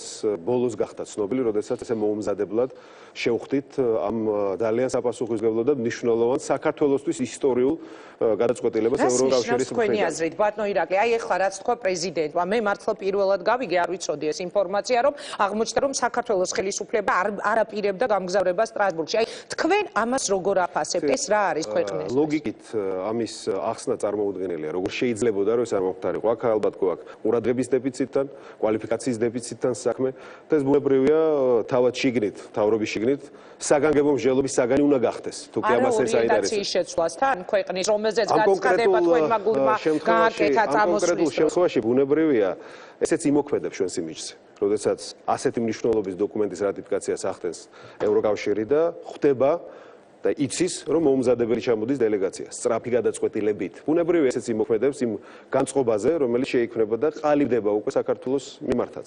რაც შეეხება კიდევ დღის მთავარ ასე ვთქვათ მოვლენას რომ დაუკავშირდეთ, როდესაც ვსაუბრობ ჩვენი ქვეყნის მომავალზე, ეკონომიკური განვითარება, სიღატაკის დაძლევა. იგივე რომ ძალიან ბევრ ადამიანს განცდა აქ იმისი, რომ ის ეკონომიკურ მდგომარეობას ვერ შეეხიდა 2 წლის განმავლობაში. სავალალო მდგომარეობა არის ყოველ შემთხვევაში ჩვენს ინტერაქტივში. არის რა თქმა უნდა ეკონომიკური განვითარების გეგმაზეც, მაგრამ პირველ რიგში ეს დამოკიდებული ასევე არის უსაფრთხოებაზე. პოლიტიკურ უსაფრთხოებაზე ჩვენი ქვეყნის. და როდესაც ვსაუბრობთ უსაფრთხოებაზე, ვერ ავწდებით თემას ჩვენი ქვეყნის თავდაცვის. თავდაცვის უნარიანობის ამაღლება, ნატოსთან ინტეგრაცია, ანუ თავსებადობა, აქ ის გადაწყვეტილებები, რომელიც მიღებული იქნა ნატოს და საქართველოს მიერ, რომ აშენდება ინფრასტრუქტურა, რომელსაც ერთობლივ წვრთნებს გაევრიან ნატოს და საქართველოს ჯარისკაცები. ჩვენი საკუთარ შეერაღებული ძალების მონაწილეობა საერთაშორისო ოპერაციებში და მე ხაზგასმით მინდა ვთქვა, რომ ჩვენი ქვეყნის ერთადერთი ყველაზე მყარი გარანტი, რომ არ შეიცვლება კურსი საგარეო პოლიტიკური, სწორედ შეერაღებული ძალებია და ის ნაბიჯები, რასაც ისინი ყოველდღიურად საკუთარი სიცოცხლის რისკის ფასად გამენ. სწორედ ამ შემთხვევაში სამი ძირითადი მოვლენა მოხდა გასულ წელს, რომლის განხორციელება 2015 წელს უნდა მოხდეს და სწორედ ამიტომაც არის, რომ ჩვენ უკან არც ერთი ნაბიჯით არ უნდა დავიხიოთ ამ გეგმების შესრულებაზე. პირველი, ეს არის ბუნებრივი ასოცირებული შეთანხმება, რომლის რატიფიკაცია მოხდა და ამას ეკონომიკური, ასე ვთქვათ, გავლენა ექნება ჩვენს ყოველდღიურ ცხოვრებაზეც, როდესაც იმპლემენტაცია განხორციელდება. მეორე, ეს იყო ნატოს გადაწყვეტილება და მესამე ეს არის ძალიან მნიშვნელოვანი გარღვევა, რომელიც ჩვენ 2014 წელს მოახერხეთ ჩვენი ქვეყნის თავდაცვის უნარიანობისთვის და კონკრეტულად ვსაუბრობ იმაზე, რომ საერთაშორისო შეერაღების ბაზარი საქართველოს გაეხსნა. მიღწეულია კონკრეტული შეთანხმებები, რომლის შესრულებას მე ველოდები 2015 წელს. აი ეს იქნება კიდევ ერთი ნაბიჯი იმისთვის, რომ საქართველო უფრო დაცული იყოს, ჩვენ შეერაღებულ ძალებს ქონდეს შესაბამისი აღჭურვილობა, რომ ესკალაციას დაუპირისპირდეს და ამ შემთხვევაში, როდესაც ამას დაემატება ნატოს ინფრასტრუქტურა, როდესაც ასოცირებული შეთანხმება მოვა უკვე თავის განხორციელების ფაზაში, ეს იქნება გარანტი სწორედ და ნდობა ინვესტორების მხრიდან, რომ საქართველოში ჩადონ ფული. თუ დაუცველია ქვეყანა, ერთ დავასრულებ ფაზს. თუ ქვეყანა დაუცველია, თუ კი რუსეთს ეცოდინება, რომ თავში წამოგარტყამს, როცა მას დასჭირდება, აგირებს ქვეყანას. აქ რომელი ინვესტორი ჩადებს ფულს? ამიტომაც იყო ჩემთვის ყველაზე მნიშვნელოვანი, რომ ეს თავდაცვის სამინისტროსთან დაკავშირებული ნატოს სამიტის შედეგები და შეერაღების გახსნა ყოფილიყო მიღწეული, ეს მივახციეთ ამას და მე მინდა ვთქვა, რომ მე ამაყება, რომ ჩვენმა გუნდმა ამაში თავისი წვლილი შეიტანა, მგზალებულად რომ ვთქვათ, და შემდეგ უკვე 2015 წელს დღეს უნდა ელაპარაკა პრემიერს, როგორ აპირებს აი ამ კონკრეტული გადაწყვეტილებების განხორციელებას. ეს ეხლა თქვენ რაზეც საუბრობთ, მიანიშნებთ იმ თქვენს ვიზიტზე, რომელზეც ღიად არ გისაუბრია დღემდე, როდესაც ქვეყანაში დაიწყო სწორედ სკანდალი თავდაცვის სამინისტროს ირგვლივ. იმედია ჩვენ ადრე თუ გვიან გავიგებთ აი ამ ვიზიტის თემას, რაზე იყავით მაშინ გერმანიაში ხო ჩასული თუ არა? საფრანგეთში უკაცრავ. ბატონო ირაკლი, თავდაცვის სამინისტრო, რომელზეც საუბრობთ, ძალიან ცოტა ხნის წინ თქვენ ჯერ კიდევ იყავით თავდაცვის მინისტრი. მე მაინტერესებს თქვენი შეფასება. ის სკანდალი, რომელიც განვითარდა თავდაცვის სამინისტროს ირგვლივ, ის განცხადება, რომელიც გავრცელდა თავდაცვის სამინისტროს მხრიდან. დღეს უკვე მოვისმინეთ ბატონ ჯანელიძის ახსნა განმარტება, რომ ის არ იყო საქმის კურსი და წინა კვირას მისი მოადგილეს. მე მაინტერესებს თქვენგან ერთი ესეთი პასუხი. შეიძლება რომ თავდაცვის სამინისტრომ გავრცელოს განცხადება, ამ ტიპის განცხადება, რაც გავრცელდა, ისე რომ ეს არ იცოდეს მინისტრმა და როგორ აფასებთ იმ სკანდალს? რა თქმა უნდა არ შეიძლება. მაგრამ რა თქმა უნდა არ შეიძლება და თავარი რაც დღეს ხოთაშორის პრემიერ-მინისტრის განცხადებაშიც ძალიან მომხვდა ყურშიც და გულზეც მომხვდა. როდესაც საუბრობდა, რომ ეს განცხადება პრაქტიკულად ტექნიკური შეცდომა იყო, თორე იქ რაც ითქვა, რომ პოლიტიკოსი ეთქვა ან თავდაცვის მინისტრის ცალკე მაშინ მიუღებელი მისთვის არაფერი არ იყო. ეს არის აი ფუნდამენტალური შეცდომა თვითონ, იმიტომ რომ აქ იმაზე კი არ არის საუბარი და არ უნდა იყოს საუბარი ვინ გააკეთა ესეთ განცხადებას. თვითონ განცხადების სულისკვეთება არის დამღუპველი. და ამს რო ვერ ხვდება ქვეყნის პრემიერ-მინისტრი ან თუნდაც მინისტრი, ამან რამხელა შეურაცხყოფა მიაყენა თითოეულ ჯარისკაცს, რომელიც დღესაც თავდაუზოგავად დგას საგუშაგოზე, ეს იქნება ცენტრალურ აფრიკაში, ავღანეთში და საკუთარი სიცოცხლის ფასად ჩვენ ღირსებას იცავს. რა მაგალითი მისცეს მათ და ისინი როგორ აღიქვამენ დღეს ამ ლიდერებს. აი ამის ტრაგიკულობას რო ვერ აღიქვამს პრემიერი, ეს არის რა თქმა უნდა შემაშფოთებელი და სწორედ სულისკვეთებაშია პრობლემა. თქვენ რა რეაქცია გქონდათ, როცა ეს განცხადება გაეცა? განცხადება გაავრცელე და მთავარი აქ ის არის, რომ სადაც არ უნდა იყოს ბრძოლაში შესული ქართველი და მით უმეტეს ჩვენი საერთო მტრის და მოწინააღმდეგის წინააღმდეგ. რა თქმა უნდა ეს უნდა დაფასდეს როგორც გმირული ნაბიჯი და შესაბამისი პატივით უნდა მოიქცეთ ამ ადამიანს და მის ოჯახს. ეს იყო ჩემი ბუნებრივი ინსტინქტური რეაქცია მაშინაც და იგივეა დღეს. უკრაინაზე როდესაც საუბრობთ, რა თქმა უნდა, საქართველოს არ უნდა ჩაებას სამხედრო დაპირისპირებაში. ეს რა თქმა უნდა ამბანური ჭეშმარიტებაა. ეს არ არის ომი, სადაც საქართველოს საკუთარი შეიარაღებული ძალები უნდა გააგზავნოს. რა თქმა უნდა. მაგრამ როდესაც მოხალისე, როდესაც ყოფილი სამხედრო ამ გადაწყვეტილებას იღებს და ის მიდის იქ, მე ის მიმაჩნია გმირად. და ჩვენ არ დაგვავიწყდეს ერთი რამ. 90-იანი წლები ვისაც ახსოვს და ვინც იყო აფხაზეთში, მანამდე სხვა ცხელწერტლში საქართველოში. ჩვენ გვახსოვს უკრაინელები როგორ გვედნენ გვერდში, როგორ იღუპებოდნენ და თავს წირავდნენ საქართველოს დამოუკიდებლობის, იმიტომ მათ ესმოდათ, რომ ეს მათი ქვეყნის ინტერესებში შედგება. კი, აფხაზეთიდან მოყოლებული იგივე 2008 წლის ჩათვლით, თუნდაც იუშენკო, რომელიც იდგა იმ ხუთ პრეზიდენტ შორის, რომელიც იყო საქართველოს ჩამოსული მაშინ, როდესაც გავიხსენოთ ისტორია 90-იან წლებში აფხაზეთში. იქ გმირულად იბრძოდნენ მხარდამხარ ქართველებს. ანუ თქვენ არ თვლით, რომ ეს მეომრები, რომლებიც იქ იბრძვიან, სააკაშვილის ფეხის ხმასაყოლილი მეომრები არიან? რა თქმა უნდა არა, ეს ესე არ არის. და ეს შეფასება თავისთავად პოლიტიზირების კიდე დამატებით სიმძიმეს ძენს ამ განცხადებას. და ერთ-ერთი მიღწევა, რომელიც ამ 2 წელიწადში ჩვენ მოვახერხეთ თავდაცვის სამინისტროში, იყო სრული დეპოლიტიზაცია. ორმა არჩევრებმა ეს დაანახა და მთლიანად გამიჯვნა სამხედროების, შეიარაღებული ძალების, გენერალური შტაბის პოლიტიკური ცხოვრებიდან ჩვენი ქვეყნის. და ამან რისკი აამაღლა ისევ, რომ შეიძლება პოლიტიკური განცხადებებით, პოლიტიკურმა ხელმძღვანელმა თავდაცვის სამინისტროსი ისევ ჩააბას პოლიტიკაში სამხედროები. თავისთავად რისკის მატარებელია. მე არ მგონია, რომ ეს განსრახვა ქონდეს მინისტრს, მაგრამ ყოველ შემთხვევაში ესეთი განცხადება იყო უდიდესი ზიანის მომტანი სულისკვეთებისთვის თვითონ ჯარში და რა თქმა უნდა მათი იმიჯისთვის. ბატონო ირაკლი, რა ხდება იმ სკანდალურ საქმეზე, რომლის გამოც რეალურად თქვენ წახვედით მოგიწიათ პოსტიდან წასვლა გაგანთავისუფლად პრემიერ-მინისტრმა. რა სიახლე თუ არის და თუ გაქვთ იმის იმედი, რომ გამოუშვებენ ამ ადამიანებს? მე უფრო ღია პირდაპირ ვიქნები, ვიდრე პრეზიდენტი, ხა გასაგებია, რომ პრეზიდენტს სხვა პასუხისმგებლობები აქვს ის. უმაღლესი მთავარსარდალია და არის პოლიტიკური ფიგურა. მე უფრო ღიად და პირდაპირ ვიტყვი, ეს არის პოლიტიკური შეკვეთა, რომელიც განხორციელდა ჩემს წინააღმდეგ, მაგრამ დღეს უკვე საქმე გვაქვს იქამდე მივიდა, რომ ეს 5 უდანაშაულო ადამიანი ჩემი გადმოსახედიდან კიდევ იმყოფება წინასწარ პატიმრობაში. როდესაც არანაირი საფუძველი იმისი, რომ ვივარაუდოს ვინმემ, რომ ისინი მიიმალებიან ან არ დაეხმარებიან გამოძიებაში პროკურატურის ორგანოებს, აბსოლუტურად არ არსებობს. ამ დღეების განმავლობაში ძალიან მრავალმა, ბევრმა გამოჩენილმა საზოგადო მოღვაწემ მათ შუამდგომლობას ხელი მოაწერა. დღეს ადვოკატებმა შეიტანეს შუამდგომლობის, ასე ვთქვათ, პეტიცია სასამართლოში და ძალიან დიდი იმედი მაქვს, რომ სასამართლო ამ შუამდგომლობას განიხილავს. იმიტომ რომ ყოველი დღე ამ ადამიანების ციხეში ყოფნის კიდევ ერთხელ გვახსენებს, რომ მიუხედავად იმისა, რომ 2012 წელს ჩვენ სამართლიანობის მოთხოვნით შევცვალეთ ხელისუფლებას, სამართალი ჯერ არ არის დამკვიდრებული ცხოვრებაში. ამ 5 ადამიანის ციხეში ყოფნა ჩემთვის პირადად ძალიან მძიმეა. იმიტომ რომ მე მირჩევნია მე ვიყო მათ ადგილას იქ, იმიტომ რომ ეს ჩემ წინააღმდეგ იყო მემართული, მაგრამ თავისთავად ძალიან დიდ ზიანს აყენებს მთლიანად ჩვენს სამართალდაცვით სისტემას. და მე დიდი იმედი მაქვს, რომ ამ შუამდგომლობას სასამართლო განიხილავს. ასევე მინდა შევეხო რამდენიმე საკითხს, იგივე თავდაცვის სამინისტროზე რაღაც ვსაუბრობთ. აღარ დავიწყებ იმაზე საუბარს, რა ნაბიჯები გადაიდო თვითონ ჩვენი შეერაღებული ძალების ნატოსთან თავზებადობის კუთხით, მათი საბრძოლო სულისკვეთების ამაღლების კუთხით. თვითონ რაც განხორციელდა რეფორმები თავდაცვის სამინისტროში, იგივე ლოჯისტიკურ მომარაგებაში, იგივე თუნდაც კვებითი უსაფრთხოების და ჰიგიენის უსაფრთხოების სისტემის შექმნაზე. ბრალდება იყო ხელისუფლების მხრიდან თქვენი მისამართი. არ არსებობდა თავდაცვის ჯარში დღემდე, ვიდრე ჩვენ არ დავინახეთ პრობლემა და სწორედ ქალბატონი მედეა ბეთაშვილის, პოლკოვნიკი ბეთაშვილის ინიციატივით შეიქმნა ეს სისტემა, რომლის განხორციელება უნდა დაგვეწყო და დაიწყება დიდი იმედი მაქვს და სწორედ ეს ქალბატონია დღეს გულგრილობაში დადაშაულებული. ეს არის ასევე კიდევ ერთი დიდი უსამართლობის, ასე ვთქვათ, ფაქტი, რომელზედაც მინდოდა გამემახვილებინა ყურადღება. 10 სასადილო კაპიტალურად გარემონდა. აშენდა ახალი სასადილოები, რომელიც ნატოსთან თავზებადობაშია მთლიანად მოყვანილი. ხონში, ახლა ახალ ქალაქში შენდება, გორში. მე მინდოდა რომ ჟურნალისტებსაც ენახათ ეს და მიმყავდა ჟურნალისტები და როდესაც ბატონ ჯანელიძე გამოვიდა და ილაპარაკა მხოლოდ იმ თქვათ რთულ ვითარებაზე, რომელიც ჯერ კიდევ არსებობს ამ კუთხით და არ ახსენა ეს მიღწეული შედეგები, მე იმ წუთში დავინახე პოლიტიკური, ასე ვთქვათ, დიქტატი და პოლიტიკური მინიშნება ზემოდან, რომ ეს განცხადება გაეკეთებინა.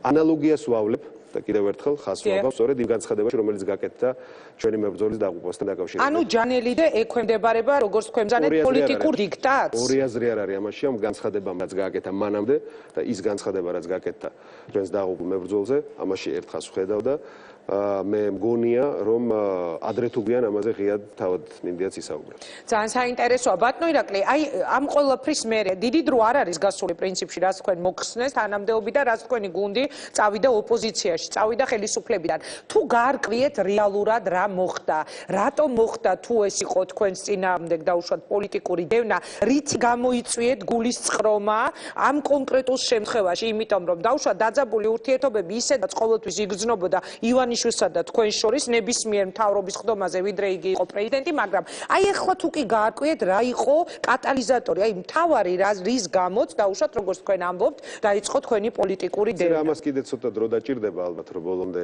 დაცხრეს ემოციები, სიმართლე სხვადასხვა ასე ვთქვათ წყაროდანაც დადასტურდეს და ამაზე ბუნებრივია საზოგადოების ინტერესი არსებობს და პასუხებიც იქნება გაცემული. ჩემთვის კიდევ ერთხელ ვთქვი, არ მჩვევია წარსულში ჩარჩენა. რაც მოხდა, მოხდა. ჩვენი მიზეზით არ მომხდარა, ჩვენ ზეში მოიტანეს იერიში და ჩვენ მივიღეთ ესეთი გადაწყვეტილება და მე მეამაყება, რომ თავისუფალი დემოკრატების გუნდი ერთ მუშტად შეკრული დარჩა და გავაგრძელეთ პოლიტიკურ ცხოვრება. ჩემი ამოცანა არის მომავალ წელს, რომ მთელ საქართველოში გავაძლიეროთ პარტიული სტრუქტურები და მოვემზადოთ არჩევნებისთვის. საპარლამენტო არჩევნებისთვის. ფიქრობთ, რომ ოცნების გარეშე თქვენ გექნებათ წარმატება მომავალ არჩევნებში? მე დარწმუნებული ვარ მაგაში. რომ ოცნების გარეშე გვექნება წარმატება, მე დარწმუნებული ვარ იმაშიც, რომ საზოგადოება ნამდვილად დაინახავს უკვე და კიდევ ერთხელ ვთქვი, წარსული არჩევნები 2012 იყო ყველა ერთის წინააღმდეგ. მე დარწმუნებული ვარ, შემდეგი არჩევნები იქნება ღირებულებების ირგვლივ შეკრული საზოგადოების ხალხის არჩევნები. ამ არჩევნებში ჩვენ გვაქვს ძალიან დიდი შანსი გამარჯვების. ნახოთ, მალე უკვე არც თუ ისე შორეულ მომავალში არის ეს არჩევნები. 2014 წლის პრაქტიკულად მთავარი პოლიტიკური თემა იყავით თქვენ. ის ყველაფერი რაც მოხდა წლის ბოლოს. 2015 წლისაც ესე იქნება. კი, დარწმუნებული ხართ, იქნებით მთავარი თემა ქართული პოლიტიკის. ნახოთ, ძალიან საინტერესოა. ერთი კითხვა მინდა ასეთი რომ დაგისვათ. ნანობთ დღეს, აი დღევანდელი გადასახედიდან, რომ თქვენ გვერდით ედექით ბიძინა ივანიშვილს, რომელიც ამბობთ, რომ დიქტატს განახორციელებს თუ რევიზიას უტარებს მთელ რიგ გადაწყვეტილებებს დღესაც ქვეყანაში და ნანობთ თუ არა, რომ თქვენ იყავით ქართული ოცნების ერთ-ერთი ძალა. არავითარ შემთხვევაში. მე არ უნანობ იმ წლებსაც, როდესაც მე მუშაობდი საჯარო მოხელედ, როდესაც ნაციონალური მოძრაობა იყო ხელისუფლებაში. იმიტომ რომ კონკრეტულ საქმეს ვაკეთებდით და შედეგიც სახეზე იყო, მაშინაც და დღესაც. მე ნამდვილად მგონია, რომ ამ ჩვენმა ერთობამ შეძლო რომ უსისხლოთ ძალადობის გარეშე დაგვემარცხებინა სააკაშვილის რეჟიმი და ეს იყო ჩვენი ქვეყნის და საზოგადოების რა თქმა უნდა მთავარი წილი ამაში საზოგადოებას ეკუთვნის, მაგრამ ჩვენი წვლილი შევიტანეთ ერთად და ამას რა თქმა უნდა მე არ გადავხედავ, იმიტომ რომ ეს იყო სწორი იმ ისტორიულ მოცემულობაში და იყო ნამდვილად სასიკეთო საქმისკენ გადადგმული ნაბიჯი. მაგრამ ეს არ ნიშნავს იმას, რომ მე მივენუეს ვაპატიებ იმას, რომ ქვეყნის განვითარებაში წისვლაში რაიმე შეფერხება შეიტანოს იმის გამო, რომ ოდესღაც ერთად გვაქვს რაღაც კარგი საქმე გაკეთებული. ჩემთვის მთავარი ყოველთვის იყო, იქნება მომავალშიც ის თუ რამდენად და როგორ დაეხმარება ჩვენ სახელმწიფოს გაძლიერება შესათვის პოლიტიკური ძალა. ვის იქნება ესეთი? ეს იქნება საზოგადოების წარმომადგენელი, ჩვენ ვიპარტნიორებთ და ჩვენ გავაკეთებთ ამ საქმეს ერთობლივად. პოლიტიკური კრახი დასრულდება ნებისმიერი პოლიტიკოსის გადაწყვეტილება, რომელიც საკუთარი ამბიციებით მოქმედებს და სახელმწიფო ინტერესებზე წინ აყენებს. ეს იყო დაახლოებით ამ შინაარსის განცხადება ირაკლი ღარიბაშვილის, რომელიც ეხებოდა სწორედ თქვენს გუნდს. თქვენ ამოიკითხეთ ჩვენ. მე ამოვიკითხე, მე ასე ამოვიკითხე, რომ ეს ეხებოდა ირაკლი ალასანიას. რას უპასუხებდით პრემიერის ამ განცხადებას? საერთოდ უპასუხოდ დავტოვებ ამ განცხადებას, იმიტომ რომ არაერთხელ და თუნდაც მეორე დღესვე, როდესაც ჩვენ პრაქტიკულად პოლიტიკურად შევთანხმდით, რომ ერთად აღარ ვიყავით, იქნებოდით, მან ძალიან შეურაცხყოფელი განცხადებები გააკეთა და ამით მხოლოდ საკუთარი თავი შეურაცხყოფა და არა ჩვენ. აქედან გამომდინარე, ესეთ ტალახის სროლას მე არასდროს ტალახის სროლით არ უპირისპირდი. კარგით, ბატონო ირაკლი, ვიდრე მე მოგილოცავ წინასწარ ახალ წელს ერთი კითხვა უნდა დაგისვათ. ამას წინათ, როდესაც თქვენ იყავით ჩემი გადაცემის სტუმარი, გამოვედი ეთერიდან Facebook-ზე დამხვდა ძალიან ბევრი მონაწერი. რატო არ კითხე არაფერი ირაკლი ალასანიას რაფალიანცის თაობაზე თავის დროზე გაკეთებულ განცხადებაზეო. მე მინდა ერთად მოვისმინოთ და დღევანდელი გადასახედიდან როგორ შეაფასებდით თქვენ პოლიტიკური ლიდერი აი იმ განცხადებას, რომელიც მაშინ გააკეთეთ. თუ შეიძლება არქივიდან მოვისმინოთ ეს განცხადება. სახეზე აშკარად უდიდესი თავგასულობა ნაციონალური მოძრაობის წარმომადგენლების და მათ ხელს უწყობს აშკარად შინაგან საქმეთა სამინისტრო.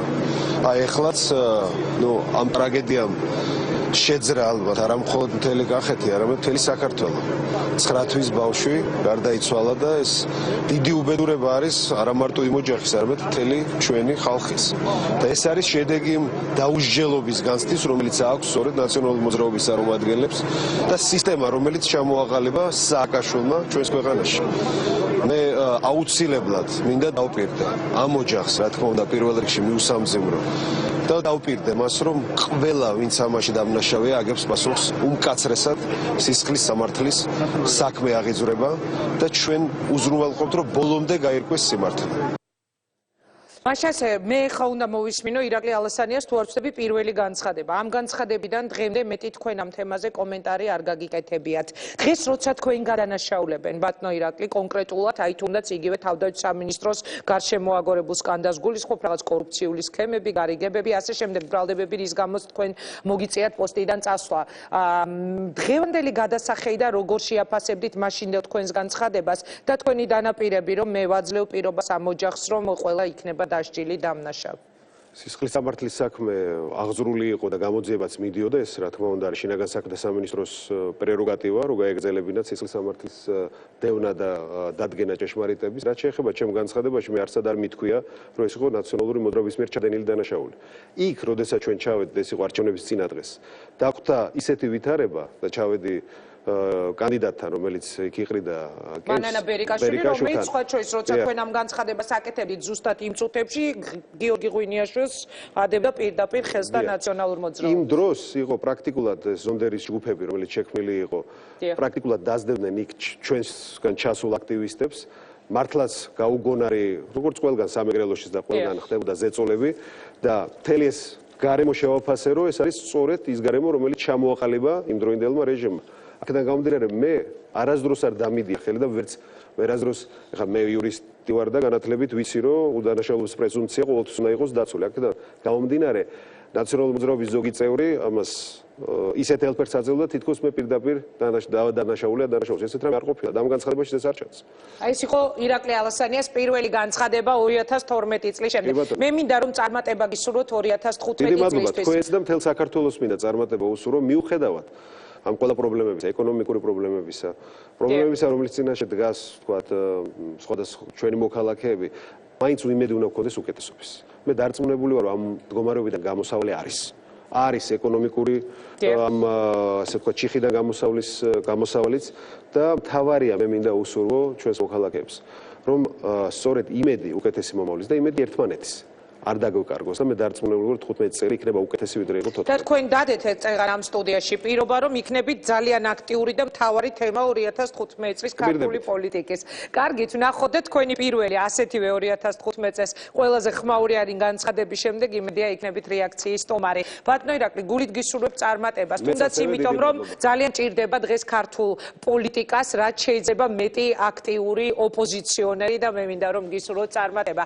კარგად ბრძანდებოდეთ და წინა გილოცავთ ახალწელს. კარგად იყავით. დიდი მადლობა.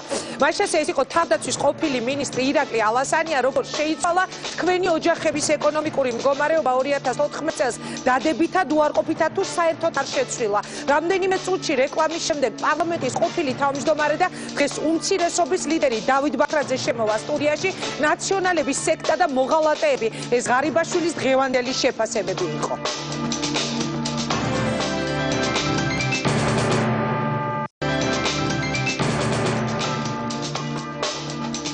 განვაგრძობთ გადაცემას, როგორ შეიცვალა თქვენი ოჯახების ეკონომიკური მდგომარეობა 2014 წელს დადებითად უარყოფითად თუ საერთოდ არ შეცვლილა. ხმის მიცემა ინტერაქტივზე გრძელდება. ამ წუთისთვის 40444 ზარი არის შემოსული, აქედან 31000-ზე მეტი ზარის ავტორი ამბობს, რომ მათი ეკონომიკური მდგომარეობა უარესობისკენ შეიცვალა. ნაციონალურ მოძრაობას მე არ აღვიქვამ და არ მივიჩნევ ოპონენტებად, სანამ ეს ადამიანები არ მოუხდიან ბოდიშ ჩვენს ხალხს და საზოგადოებას, მე მათ არ ჩავთვლი ოპონენტებად. სრული პასუხისმგებლობით მინდა ვთქვა, რომ ეს არის დესტრუქციული ძალა, რომელიც ჩამოყალიბდა სექტა და მათი თითოეული ქმედება მიმართულია იქითკენ, რომ მოხდეს არეულობის ფონის შექმნა საქართველოში. პრემიერის ეს განცხადება ნაციონალურ მოძრაობას ეხებოდა. ღარიბაშვილის კიდევ ერთი საინტერესო განცხადება. პროკურატურამ დაასრულა შესწავლა ყველა იმ განცხადებების, რომელიც დარეგისტრირდა პროკურატურაში ამ 2 წლის განმავლობაში. საქმე ეხება უკანონო ჩამორთმეულ ქონებებს, ბიზნესს და რეპრესირებულ ადამიანებს, რომლებიც ციხეებში იხდიდნენ სასჯელს უკანონოდ და ისინი იყვნენ არაადამიანური წამების, მოპყრობის და გაუპატიურების მსხვერპლი. ეს განცხადებიდანაა. პროკურატურაში სპეციალური დეპარტამენტი იქმნება ნაციონალების დროს ჩამორთმეულ ქონებებთან დაკავშირებით. როგორ მოხდება ეს ყველაფერი დეტალურად თებერვალში გახდება ცნობილი საზოგადოებისთვის. დავით ბაქრაძე, უმცირესობის ლიდერი ჩვენ სტუდიაში. საღამო მშვიდობის ბატონო დავით, ძალიან დიდი მადლობა რომ იღებთ გადაცემაში მონაწილეობას. გთხოვთ დაბრძანდეთ, ვიდრე დაგისვათ პირველ შეკითხვას პარლამენტში მომხდარ ამბავთან დაკავშირებით, როგორც პარლამენტის ყოფილ თავმჯდომარის, მანამდე მინდა თქვენი პასუხი მოისმინოს მაყურებელმა ჩვენს ინტერაქტივზე. როგორ შეიცვალა პირადად თქვენი ოჯახის ეკონომიკური მდგომარეობა 2014 წელს? დაბრძანდით თუ შეიძლება. ალბათ ჩემი მხრიდან არ იქნება მართალი რომ მე ვიწუწუნო ეკონომიკურ მდგომარეობაზე, ვინაიდან მე ვარ პარლამენტის წევრი, როგორც პარლამენტის წევრს მაქვს ძალიან ნორმალური და ამ ქვეყნის მასშტაბით და ამ ქვეყნის განზომილებით მაღალი ხელფასი, ამიტომ მე ნამდვილად ვერ შევადარებ ჩემ თავს იმ ადამიანებს, ვისაც მართლა 100 და 150 და 200 ლარად უწევს ოჯახის რჩენა, ამიტომ შემიძლია გითხრათ რომ შეიცვალა უარესობისკენ ძალიან მარტივი მიზეზების გამო, მაგალითად იმის გამო რომ ლარი გაუფასურდა და ბაზარში პროდუქტების ფასება მოიმატა. რა თქმა უნდა, ჩემი ცხოვრება შეცვალა უარესისკენ, მაგრამ ვიქნები უსამართლო, რომ ჩემი თავი დეპუტატის ხელფასით შევადარო იმ გაჭირვებულ ადამიანებს, ვისთვისაც ბაზარში 1 ლარით მომატებული ხორცის ფასი არის კატასტროფა. ამიტომ შეიცვალა უარესობისკენ, მაგრამ არ ვიქნები მართალი, რომ ვიწუწუნო იმ ხალხივით, ვისაც მართლა უჭირს დღეს და ადამიანებს რომ უჭირთ, ამას ძალიან კარგად აჩვენებს თქვენი ინტერაქტივი. ინტერაქტივი აჩვენებს, თუმცა ადამიანები, რომლებსაც უჭირს ძალიან, როგორც თქვენ ბრძანეთ, ეს ადამიანები დღეს არ გაჩენილან. ხო ამ ქვეყანაში ამ ადამიანებს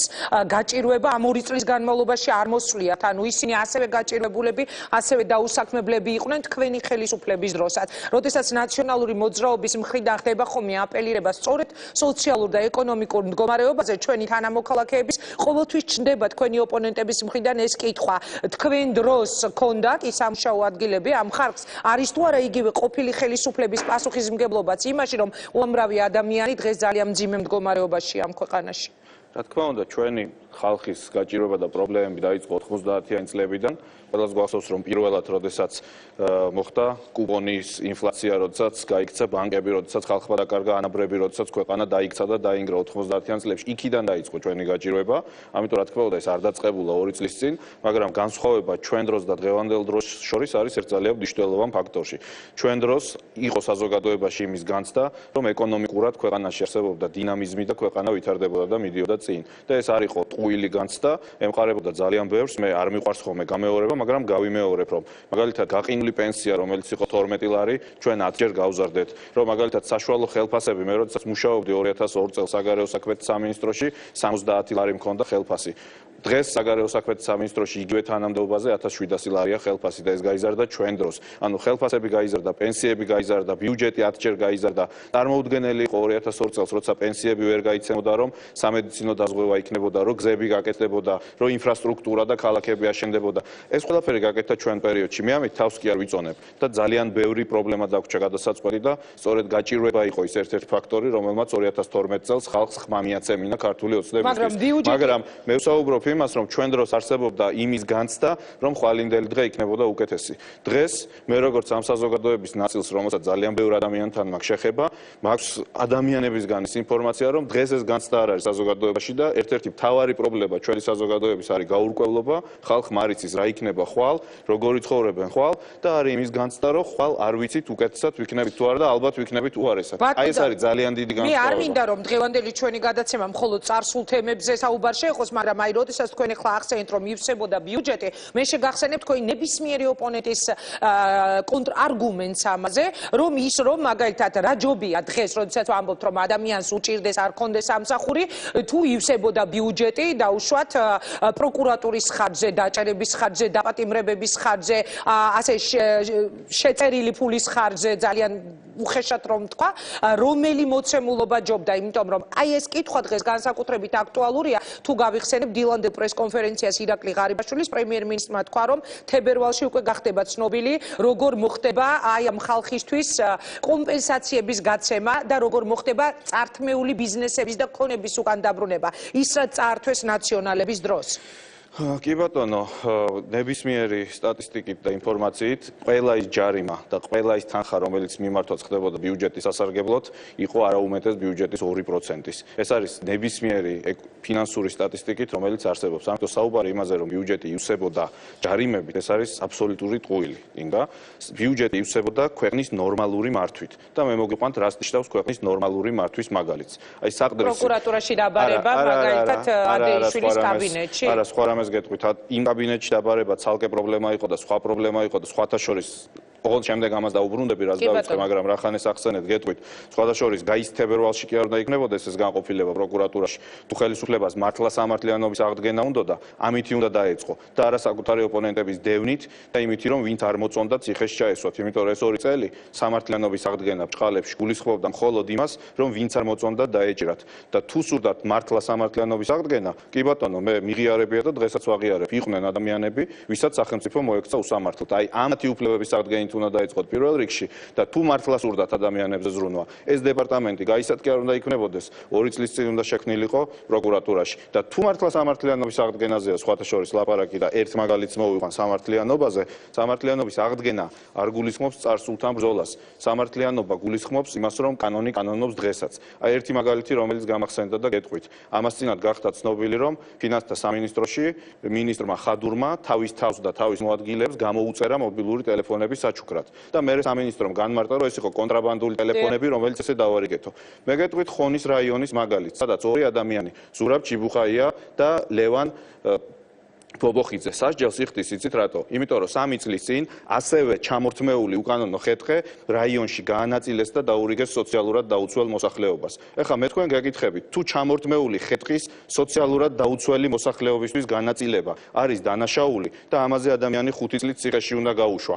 არ არის ასეთივე დანაშაული ჩამორთმეული მობილური ტელეფონის თავისთვის გადაცემა, როცა ამას მინისტრი აკეთებს, რომელი უფრო მორალურია? მე მგონი რომ აჭიროებული ადამიანისთვის ხეტრის გადაცემა თუნდაც რაღაცა წესის ფორმალური დარღვევით ბევრად უფრო მორალურია ვიდრე საკუთარი თავისთვის მობილური ტელეფონის ჭუქება. აი სანამ ესეთი რაღაცა ხდება საუბარი სამართლიანობის აღდგენაზე არის უბრალოდ ხალხის ყურადღების და საკუთარი თავისთვის დიდი პრემიების გამოწერა რაღაც ასეთი ტიპის სიკეთეების და სარგებლის მიღება? კი ბატონო. ძალიან დიდ პრემიებზე არის საუბარი იგივე ნაციონალური მოძრაობის ხელისუფლებაში ყოფნის დროსაც და მინისტრების მოადგილეებზე და მაღალი თანამდებობის პირებზე გაცემული პრემია. გეტყვით ინგა ამასაც წინადადებას დავასრულებ მანამდე ეს ეგრეთ წოდებული სამართლიანობის აღდგენა უბრალოდ არის ხალხის ყურადღების გადატანა პრობლემებიდან, როდესაც ხელისუფლება ვერ თავაზობს პურს და თავაზობს მხოლოდ სანახაობას. აი ეს არის ჯერჯერობით რაც ხდება.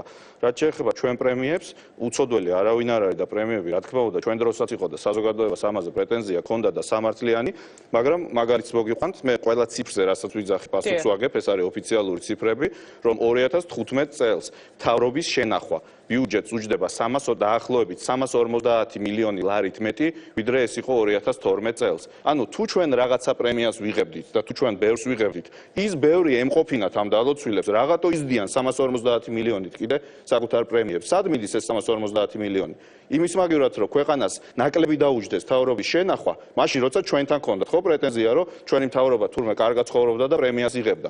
თუ ზედმეტ პრემიას ვიღებდით ჩვენ, შენ უნდა დაზოგო თანხა დააკლო იმ პრემიას და ნაკლები დაიხარჯო შენ თავზე. და გაისად 350 მილიონით 354 მილიონია ზუსტად თუ არ ვცდები, მეტი ჯდება მთავრობის შენახვა და მთავრობის ხარჯი, ვიდრე იყო 2 წლის წინ.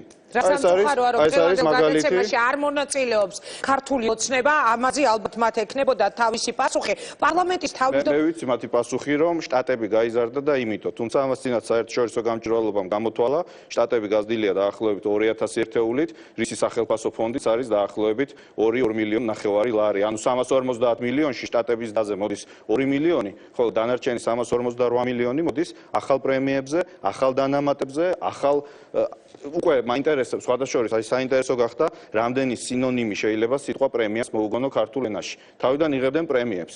შემდეგ საზოგადოებას ამაზე რომ გაუჩნდა პრეტენზია, თქვეს რომ პრემიას აღარ ავიღებთ, დაარქვეს დანამატი. შემდეგ ეს დანამატიც გაიშიფრა რომ პრემიაა იგივე და ეხლა თბილისის საკრებულომ ახალი გამომგონებლური რეკორდი მოხსნა თქვეს რომ ზეგანაკვეთური შრომის ანაზღაურებას ვიღებ. აი მართლა მაინტერესებს რამდენი სინონიმი არსებობს სიტყვა პრემიის და rodemde ეყოფათ ეს ლინგვისტური ეშმაკობები იმისთვის რომ დამალონ მარტივი ფაქტი რომ ყოველ თვეში იღებენ დამატებით თანხას ღმერთმა თანხა მოახმაროთ, მაგრამ ამ გაჭირვებულ ქვეყანაში მთავრობის შენახვა 350 მილიონით მეტი რო ჯდება, ვიდრე 2 წლის წინ ჯდებოდა, მე ამის ახსნას ვერ ვხედავ. ისევ იმეორებ, ჩვენ არ ვიყავით უწოდველები, მაგრამ სააკაშვილის თვითმფრინავიდან დაწყებული, ნებისმიერი სხვა ხარჯით დამთავრებული გასული წლებიდან, ხო? შევთანხმდეთ მასაჟისტვის გაგზავნილი თვითმფრინავიდან დაწყებული, ნებისმიერი ღონისძიებით დამთავრებული. მაგას ვამბობ, ქალბატონო ინგა, რომ უწოდველები ნამდვილად არ ყოფილვართ და მათ შორის იმან რომ გარკვეულწილად ასე ვთქვათ ეს ხალხის თანხების ხარჯვა ხდებოდა არასწორი ფორმით და არასწორი შინაარსითაც, მათ შორის იმაზე რაც თქვენ ახსენეთ. ძალიან დიდწილად ამან განაპირობა ის დამოკიდებულებაც, რომელიც ჩამოყალიბდა ნაციონალური მოძრაობის მიმართ. ამიტომ უწოდველები ნამდვილად არ ყოფილვართ და ჩვენი წილი ბრალი გვაქვს, მაგრამ პირველი ქვა გვესროლოს იმან ვინც ჩვენზე უფრო უწოდველია და ამ ხელისუფლებას სამთავრობო ხარჯები რო შეემცირებია, ხმას არ ამოვიღებდი ასეთ კრიტიკაზე, მაგრამ მთავრობა, რომელიც თავის თავზე 350 მილიონით მეც ხარჯავს, ვიდრე ჩვენ ვხარჯავდით, ასეთ მთავრობას არ აქვს უფლება მოგიტრიალდეს და დაგითვალოს შენ რას აკეთებდი 5 წლის წინ. ქვების სროლაზე გამახსენდა ნივთების სროლა დღეს საქართველოს პარლამენტში. თქვენ როგორ აფასებთ იმ ტერმინოლოგიას, თუნდაც იმ ლექსიკას, რა ლექსიკითაც დღეს ერთმანეთს დეპუტატები ელაპარაკებოდნენ, იგივე თქვენი თანაგუნდელის მხრიდან ჩართული მიკროფონის წინ დედის გინებას, შემდეგ მუშტიკრივი, რომელიც გაიმართა. რა არის ეს სადამდე მივა ეს დაპირისპირება ბატონო დავით? ერთმანეთის ასეთი ცემა თხება, ძალიან დიდი ხანია არ ახსოვს საქართველოს პარლამენტს. ძალიან ცუდი და ძალიან დამთრუნველი საყურებელი იყო, სანახავი იყო ეს ყველაფერი. მე იმ მომენტში დარბაზში არ ვიყავი და მეც ალბათ ძალიან ბევრი ადამიანის მსგავსად ტელევიზორის ეკრანზე უყურე ამ დაპირისპირებას პირდაპირ ეთერში და იყო აბსოლუტურად დამთრუნველი სანახავი, როდესაც დეპუტატები ასე იქცეოდნენ. ჩვენ როგორც პარლამენტის წევრებს გვეკისრება აბსოლუტურად სხვა ვალდებულება ჩვენი ამორჩევლის და ჩვენი საზოგადოების მიმართ. ამიტომ მიუხედავად იმისა, რა მოხდა, ხომ შემიძლია მოგიყვეთ ისტორია, რომ ვიღაცამ უმრავლესობიდან შეაგინა ბობოხიძეს, რომელიც ლაპარაკობდა, შემდეგ ამან უპასუხა ჩართული მიკროფონით და ასე შემდეგ, მაგრამ არა აქვს უშუალობა. გამართლება არ აქვს არც იმას, ვინც დაიწყო და შეაგინა. მით უმეტეს გამართლება არ აქვს არც კაკო ბობოხიძეს, რომელმაც ვერ მოთხოვა ნერვები და ჩართულ მიკროფონში გასცა პასუხი თუნდაც შეურაცხყოფას. გამართლება არ აქვს არავის. ჩვენი საზოგადოება არ იმსახურებს იმას, რომ დეპუტატები ასე იქცეოდნენ და არ იმსახურებს იმას, რომ ადამიანები, რომელთაც აქვთ მაღალი ანაზღაურება, პარლამენტში ისხდნენ იმისთვის, რომ მაგიდებზე ირბინონ და ერთმანეთს თავპირი ამტვრიონ. ამისთვის პარლამენტში არც ხელისუფლებაა და არც ოპოზიციაა და ამიტომ მე ბოდიშს ვუხდი ყველას. მე მათ შორის ბოდიშს ვუხდი ჩვენ კოლეგებსაც უმრავლესობიდან იმ ადამიანებს, ვინც თავის და უნებურად აღმოჩნდა ჩათრეული, მე არ ვიცი ვინ შეიგინა უმრავლესობიდან, მაგრამ იქ ძალიან ბევრი ადამიანი მის და უნებურად აღმოჩნდა ჩათრეული ამ ამბავში. მე ბოდიშს ვუხდი მათაც და რაც თავარია, მე ბოდიშს ვუხდი ჩვენ საზოგადოებას, იმიტომ რომ ისევ ვიმეორებ, ჩვენი საზოგადოება ამას არ იმსახურებს. და მე შემიძლია გითხრათ ერთი კონკრეტული ფაქტი, რა დაშავდა დღეს ამ ჭუბით. ბევრ სხვა რამესთან ერთად მე არ ვსაუბრობ პარლამენტის იმიჯზე და ასე შემდეგ. აი გეტყვით, გუშინ მაგალითად საქართველოს მთავრობამ გამოიტანა უმრავლესობამ გამოიტანა კანონი, რომლითაც მთავრობა აუქმებს დაუბეგრავ მინიმუმს. ანუ ის რაც შემოვიდა 2 წლის წინ დიდი ზარზეიმით, რომ გაჭირვებული ხალხი ყოველი ახალი წლის დასაწყისში დაუბეგრავი მინიმუმიდან უკან 300 ლარს აიღებდა, ეხლა მთავრობა ამას აუქმებს. გუშინ და გუშინ წინ ჩვენ როგორც ოპოზიციამ ბოლომდე ვიბრძოლეთ და გუშინ კენჭისყრაზე ეს კანონი ჩაუგდეთ, ამ კანონის გაუქმება. და გუშინ ჩვენ ვიყავით ბედნიერები, რომ არ მივეცით ამის გაუქმების საშუალება და 450,000 ადამიანი ამ ქვეყანაში გაისათაც და იმის მერეც აიღებდა დაუბეგრავ მინიმუმს. აი იმის გამო რომ დღეს მთელი ყურადღება გადავიდა ამ ჭუბზე, იმის გამო რომ ამ ჭუბის გამო პარლამენტში შეიქმნა ისეთი სიტუაცია, რომ წარმოუდგენელი იყო იქ ნორმალურად მუშაობა, დღეს კენჭი ეყარა და ეს კანონი იქნა მიღებული. ამიტომ მე ბოდიშს ვუხდი იმ 450,000 ადამიანს, რომელსაც მთავრობა მოუხსნის დაუბეგრავ მინიმუმს გაისად, ბოდიშს ვუხდი იმისთვის, რომ ჩვენ როგორც ოპოზიცია ისინი ვერ დავიცავით.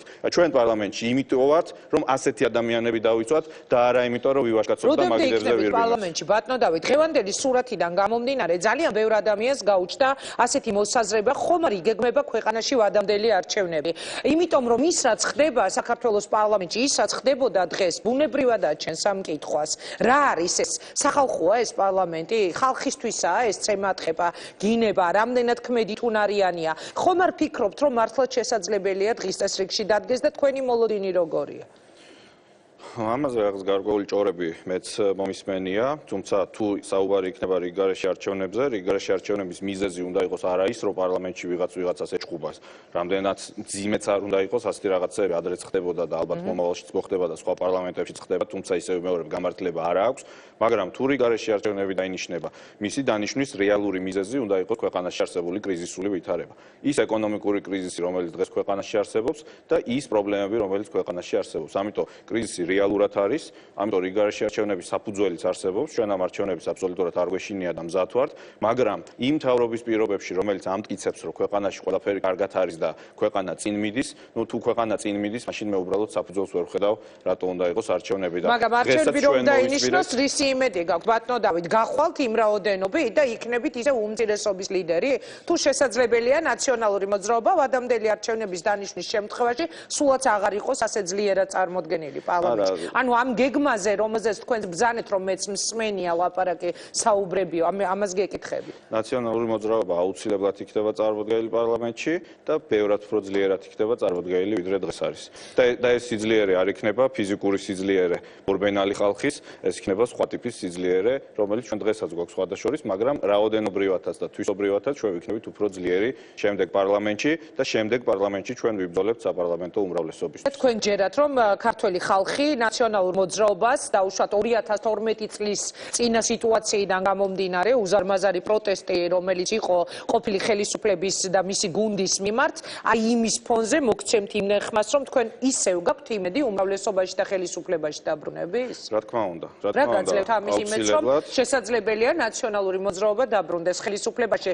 ძალიან დაუჯერებელი შეიძლება იყოს რბილად რომ თქვა ეს ყველაფერი, აი თუნდაც 2012 წლიდან გამომდინარე. არა, სრულიად დასაჯერებელია ნებისმიერი პოლიტიკური ლოგიკით, ვინაიდან 2012 იყო 2012-ში იყო დაგროვილი ძალიან დიდი ტვირთი. 2012-მდე იყო 2011, 10, 9, 8, 2007 წელი, 7 ნოემბერი, 26 მაისი. იყო 10-იც, იყო 9-ც, იყო 6-ც, იყო 4-ც და ყველა ეს არჩევნები მოვიგეთ. 2012 იყო კონკრეტული 2012, როდესაც ჩვენ საზოგადოებაში ერთის მხრივ დაგროვდა სამართლიანი მუხტი უკმაყოფილების მაშინდელი ხელისუფლების წინააღმდეგ და მეორეს მხრივ გაჩნდა იმედი, რომ ქართული ოცნება იმის გამო რომ მისი დამფუძნებლის რესურსები, პირადი ფინანსური რესურსები იყო ძალიან დიდი, ქვეყანაში სწრაფად უკეთესობისკენ შეცვლიდა ცხოვრებას. დღეს ნატამალი არ არის დარჩენილი იმ ოპტიმიზმისგან და განწყობისგან, რომელიც ხალხში იყო 2012 წელს. მაგრამ ეს არის ძლევა იმით საფუძველს, რომ თქვენი ინტერაქტივი. არა, რა თქმა უნდა, ეს ეწავა. ავტომატურად არის ძლევა, ამას ჭირდება მუშაობა, ამას ჭირდება იმიშვენება, რომ ჩვენ წარსულზე ვისწავლეთ, ამას ჭირდება იმიშვენება, რომ ჩვენ ვართ კომპეტენტური ძალა, რომელმაც იცის როგორ ააშენოს ქვეყანა და რომელიც ამავე დროს კარგად ითვალისწინებს იმ სამართლიან პრეტენზიებს, რაც საზოგადოებას ჰქონდა, მაგრამ ის ინტერაქტივი, რომელიც არის თქვენი, აჩვენებს სწორედ ამას. როდესაც დღეს 75% მოსახლეობის იცახის, რომ მისი ეკონომიკური მდგომარეობა გაუარესდა, ეს არის დიამეტრალურად განსხვავებული სურათი 2012-ისგან. 2012-ში ამ დროს რომ ჩაგეტარებიათ ეს ინტერაქტივი, 75% იტყოდა, რომ მისი მდგომარეობა გაუმჯობესდებოდა მკვეთრად უახლოეს ერთ წელიწადში. დღეს არის დიამეტრალურად სხვა სურათი. 2012-ის წინა პერიოდში რომ ჩვენ ეს ინტერაქტივი დაგვესვა ხელისუფლებასთან მიმართებაში, აბა ზუსტად იგივე პროცენტით თუ მეტით არა დაჯდებოდა ძალიან დიდი ნეგატივი ხელისუფლების მიმართ. ბატონოდავე, დაჯდებოდა ნეგატივი და 2014 წელი. ამიტომაც წავაგეთ არჩევნები ნეგატიური დაჯდებოდა მაშინ და დღეს ნეგატივიზმის ამ ხელისუფლების წინააღმდეგ და ამიტომ ძალიან დიდი ალბათობით ეს ხელისუფლება წააგებს შემდეგ არჩევნებს. შემიფასეთ 2014 წელი.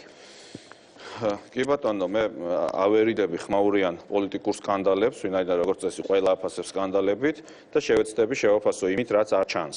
რაც არ ჩანს, რაც პოლიტიკოსებს ხშირად გვავიწყდება ამ სკანდალებში, არის ჩვენი ადამიანების, ჩვენი ხალხის მდგომარეობა. თავარი პრობლემა, რომელიც არის ამ ქვეყანაში, უმუშევრობა და სიღარიბე. იყო თუ არა უკეთესობის სპონტანი 2014? არ იყო. ამას ადასტურებს თქვენი ინტერაქტივი და ეს ვიცით ყველამ, ვინც ვართ ამ საზოგადოების ნაწილი. სადაც არ შევდივარ, მაღაზიაში, ბაზრობაზე, საპარიკმახეროში, პოლიკლინიკაში, ყველგან არის წუწუნი, რომ მოიკლო ბრუნვა, მოიკლო გაყიდვა, აღარ არის კლიენტი, ადამიანებს არ აქვს თანხა რომ დახარჯონ. ეს იყო წელი, როდესაც ეკონომიკა წავიდა უკან, უმუშევრობა გაიზარდა და ხალხს უფრო გაუჭირდა. სიღარიბის მხრივ, ეს იყო წელი, როდესაც ლარის ინფლაციამ უბრალოდ წელი გამოუსვა მოსახლეობის გაჭირვებულ ფენებს და მთავრობა, რომელსაც განმარტებაც არ გაუკეთებია საერთოდ, რატო დაეცა ასე ლარი. ერთადერთი განმარტება გითხრეს, რომ დოლარი გამყარდა მსოფლიოშიო. მე გეკითხებით, როცა 3 დღის ვადაში ლარი 1.7-დან 2-ზე ავიდა დოლარი და შემდეგ 2-დან ისევ 1.8-ზე ჩამოვიდა. რა, დოლარი შეიცვალა 3 დღეში ისე რომ დოლარი გამყარდა და მერე დოლარი გაიაფთა და უკან დაბრუნდა ლარი. ეს ხო ტყუილია და არავის ჩვენი მთავრობიდან თავი არ შეუწუხებია რომ ეს აეხსნა ხალხისთვის. ამიტომ სიღარიბეც მეტია ამ ქვეყანაში დღეს ბიუჯეტი, რომელიც შარშან გაირღვა 700 მილიონით და წელს ირღვევა ხარჯვითი ნაწილი დაახლოებით 500 მილიონით. ამ წუთის მდგომარეობით 520 მილიონია. ფინანსამინისტრი ამბობს, რომ ბიუჯეტი არ გაირღვევა. ფინანსამინისტრი ბევრ ამას ამბობს, მაგრამ ამ წუთის მდგომარეობით ხარჯვით ნაწილში არის 520 მილიონის დეფიციტი და ეს დღეს პრემიერმაც აღიარა, რომელმაც თქვა, რომ ხარჯვითი ნაწილი ვერ შესრულდება. ამიტომ ერთი უბედურება ის არის, როცა ვერ ავსებ ბიუჯეტს და შარშან 700 მილიონი ქარს გავატანეთ. მეორე უბედურება ის არის, როცა ფული გაქვს და ვერ ხარჯავ. როგორ შეიძლება საქართველოში თუ უნარიანი მთავრობა ხარ, როგორ შეიძლება ფული ვერ დახარჯო, როგორ შეიძლება 500 მილიონი ვერ დახარჯო ქვეყანაში, სადაც ამდენი გაჭირვებული ადამიანია. შედალოცვილო, ან პენსია გაზარდე, ან იპოთეკას დაეხმარე, ან ავარიული სახლი გააკეთე თბილისში, რაღაცა გააკეთე. როგორ შეიძლება გაჭირვებულ ქვეყანაში 500 მილიონი მოგჭეს ბიუჯეტში? ვალი და უზარმაზარი პრობლემა იყო, რომ ჩვენ ხელისუფლებას აბრალებდნენ, რომ ყველაფერს აშენებენ ვალებით. იცით, რომ 2014 წელს ჩვენ ბიუჯეტში იდო 1.6 მილიარდი ვალის აღება. 2015 წელს ასევე ვიღებთ 1.6 მილიარდ ვალს. 2 წელიწადში ქვეყანა აგროვებს 3 მილიარდზე მეტ ვალს. ეს არის ის ყველაფერი, რაც ამ ქვეყანას რამდენი მილიარდია იყო ქვეყანამ ვალი? ჩვენ დროს მე გეტყვით, როცა ჩვენ დავიწყეთ, შიდა პროდუქტის 79% იყო ვალი 2003 წელს. ჩვენ ჩამოვიყვანეთ 34%-ზე. და როცა დღეს გამოდის ფინანსთა მინისტრი და ამბობს, რომ კი ვიღებთ 3 მილიარდ ვალს, მაგრამ ჯერ კრიტიკულ ზღვარზე არ ვართ მისული, აი იმიტომ არ ვართ კრიტიკულ ზღვარზე მისული, რომ ჩვენ ჩამოვწიეთ 34% 60%-მდე ეს ვალი. კრიტიკული ზღვარი არის 60% და ეთავრობა იმ 34-დან წევს 60-ზე. ამიტომ დავასრულებ შეფასებას თუ შეიძლება ყველა მიმართულებით და მთავარი არის ისევ და ისევ ეკონომიკა და ხალხის მდგომარეობა. 2014 იყო მძიმე წელი და მე ნამდვილად ვისურვებდი, რომ 2015 იყოს უკეთესი, ვინაიდან მაინც წინა საახალწლო გადაცემაა, ამიტომ ნამდვილად მიუხედავად იმისა, რომ დიდი იმედი არ მაქვს, რომ 2015-ში ამ მთავრობის მუშაობაში რამე რადიკალურად შეიცვლება, მე მაინც ნამდვილად მინდა ჩვენ ხალხს უსურვო, რომ 2015 იყოს უკეთესი წელი, იმიტომ რომ ახალი წელი პირველ რიგში არის იმედის დღე და იმედის სიმბოლური იმედის დღესასწაული, რომ 1 იანვარს უცებ 31 დეკემბერთან შედარებით რაღაცა გაუმჯობესდება. მე მინდა უსურვო ჩემ ხალხს, ჩვენ ხალხს, ჩვენ ქვეყანას, რომ 1 იანვარსაც, 10 იანვარსაც, 20 თებერვალსაც, 28 მარტსაც ყოველ დღე რაღაცა უკეთესობა ყოფილიყოს ქართულ ოჯახებში, შვიდობის წელი იყოს, შვიდობიანი წელი იყოს, დამთავრდეს ეს ერთმანეთის ლანძღვაგინება, დამთავრდეს ეს ერთმანეთის თავპირისპრევა, დამთავრდეს ეს ერთმანეთის ზიზღი და ქართველებმა შევძლოთ ის, რომ გაერთიანებულებმა და გამთლიანებულებმა მიუხედოთ ჩვენ ქვეყანას. აი ესეთი წელი ყოფილიყოს 2015. ძალიან დიდი მადლობა, რომ მიიღეთ გადაცემაში მონაწილეობა. ეს იყო საქართველოს პარლამენტის ყოფილი თავმჯდომარე უმცირესობის ლიდერი დავით ბაქრაძე და უნდა გაგაცილოთ სტუდიიდან ბატონო დავით, დიდი მადლობა და რა რეაქცია გქონდათ, როდესაც დღეს მოისმინეთ ირაკლი ღარიბაშვილის განცხადებები, რომ ნაციონალების სექტა ჩამოყალიბდნენ, რომლებიც მუდმივად არიან ნეგატივზე და რაღაც არეულობის პროვოცირებაზე ორიენტირებულები. სექტანტები პრაქტიკულად ესეთი სახელი შეგარქვეს. ძალიან შევწუხდი, ოღონდ შევწუხდი არა იმის გამო, რომ პრემიერს ჩვენ მიმართა აქ ასეთი დამოკიდებულება, შევწუხდი იმიტომ, რომ პრემიერს ასეთი დამოკიდებულება აქვს საზოგადოების ნაწილის მიმართ. ბოლო ადგილობრივ არჩევნებში ჩვენ თბილისში ხმა და მხარი დაგვიჭირა ამ ორჩევლის 28%-მა. არ შეიძლება პრემიერ-მინისტრი იგნორირებას უკეთებდეს და დასცინოდეს ამ ორჩევლის 28%-ის აზრს. ეს ნიშნავს იმას, რომ ეს საზოგადოება ვერ გამთლიანდება, ეს ნიშნავს იმას, რომ ეს ქვეყანა წინ ვერ წავა და ეს ნიშნავს იმას, რომ ეს ხელისუფლება ყოველთვის დარჩება იმ აგრესიული 10%-ის ხელისუფლებად, რომლისთვისაც მთავარი არის აგრესია და მოწინააღმდეგის ჩაქოლვა. აი ამან შემაწუხა და არა იმან, რომ პრემიერი ჩვენზე ასეთი აზრის არის. ძალიან დიდი მადლობა, რომ მიიღე გადაცემაში მონაწილეობა. მაშას ეს იყო დავით ბაქრაძე. როგორ შეიცვალა თქვენი ოჯახის ეკონომიკური მდგომარეობა? მე ვემშვიდობები პარლამენტის ყოფილ თავმჯდომარეს. მადლობა, რომ მიიღეთ გადაცემაში მონაწილეობა. დასმული იყო ასეთი შეკითხვა, შემოსული არის 46179 ზარი. რეკლამის შემდეგ დავბრუნდებით პირდაპირ ეთერში და ერთად შევაჯამოთ ჩვენი ინტერაქტივი არ გადართოთ.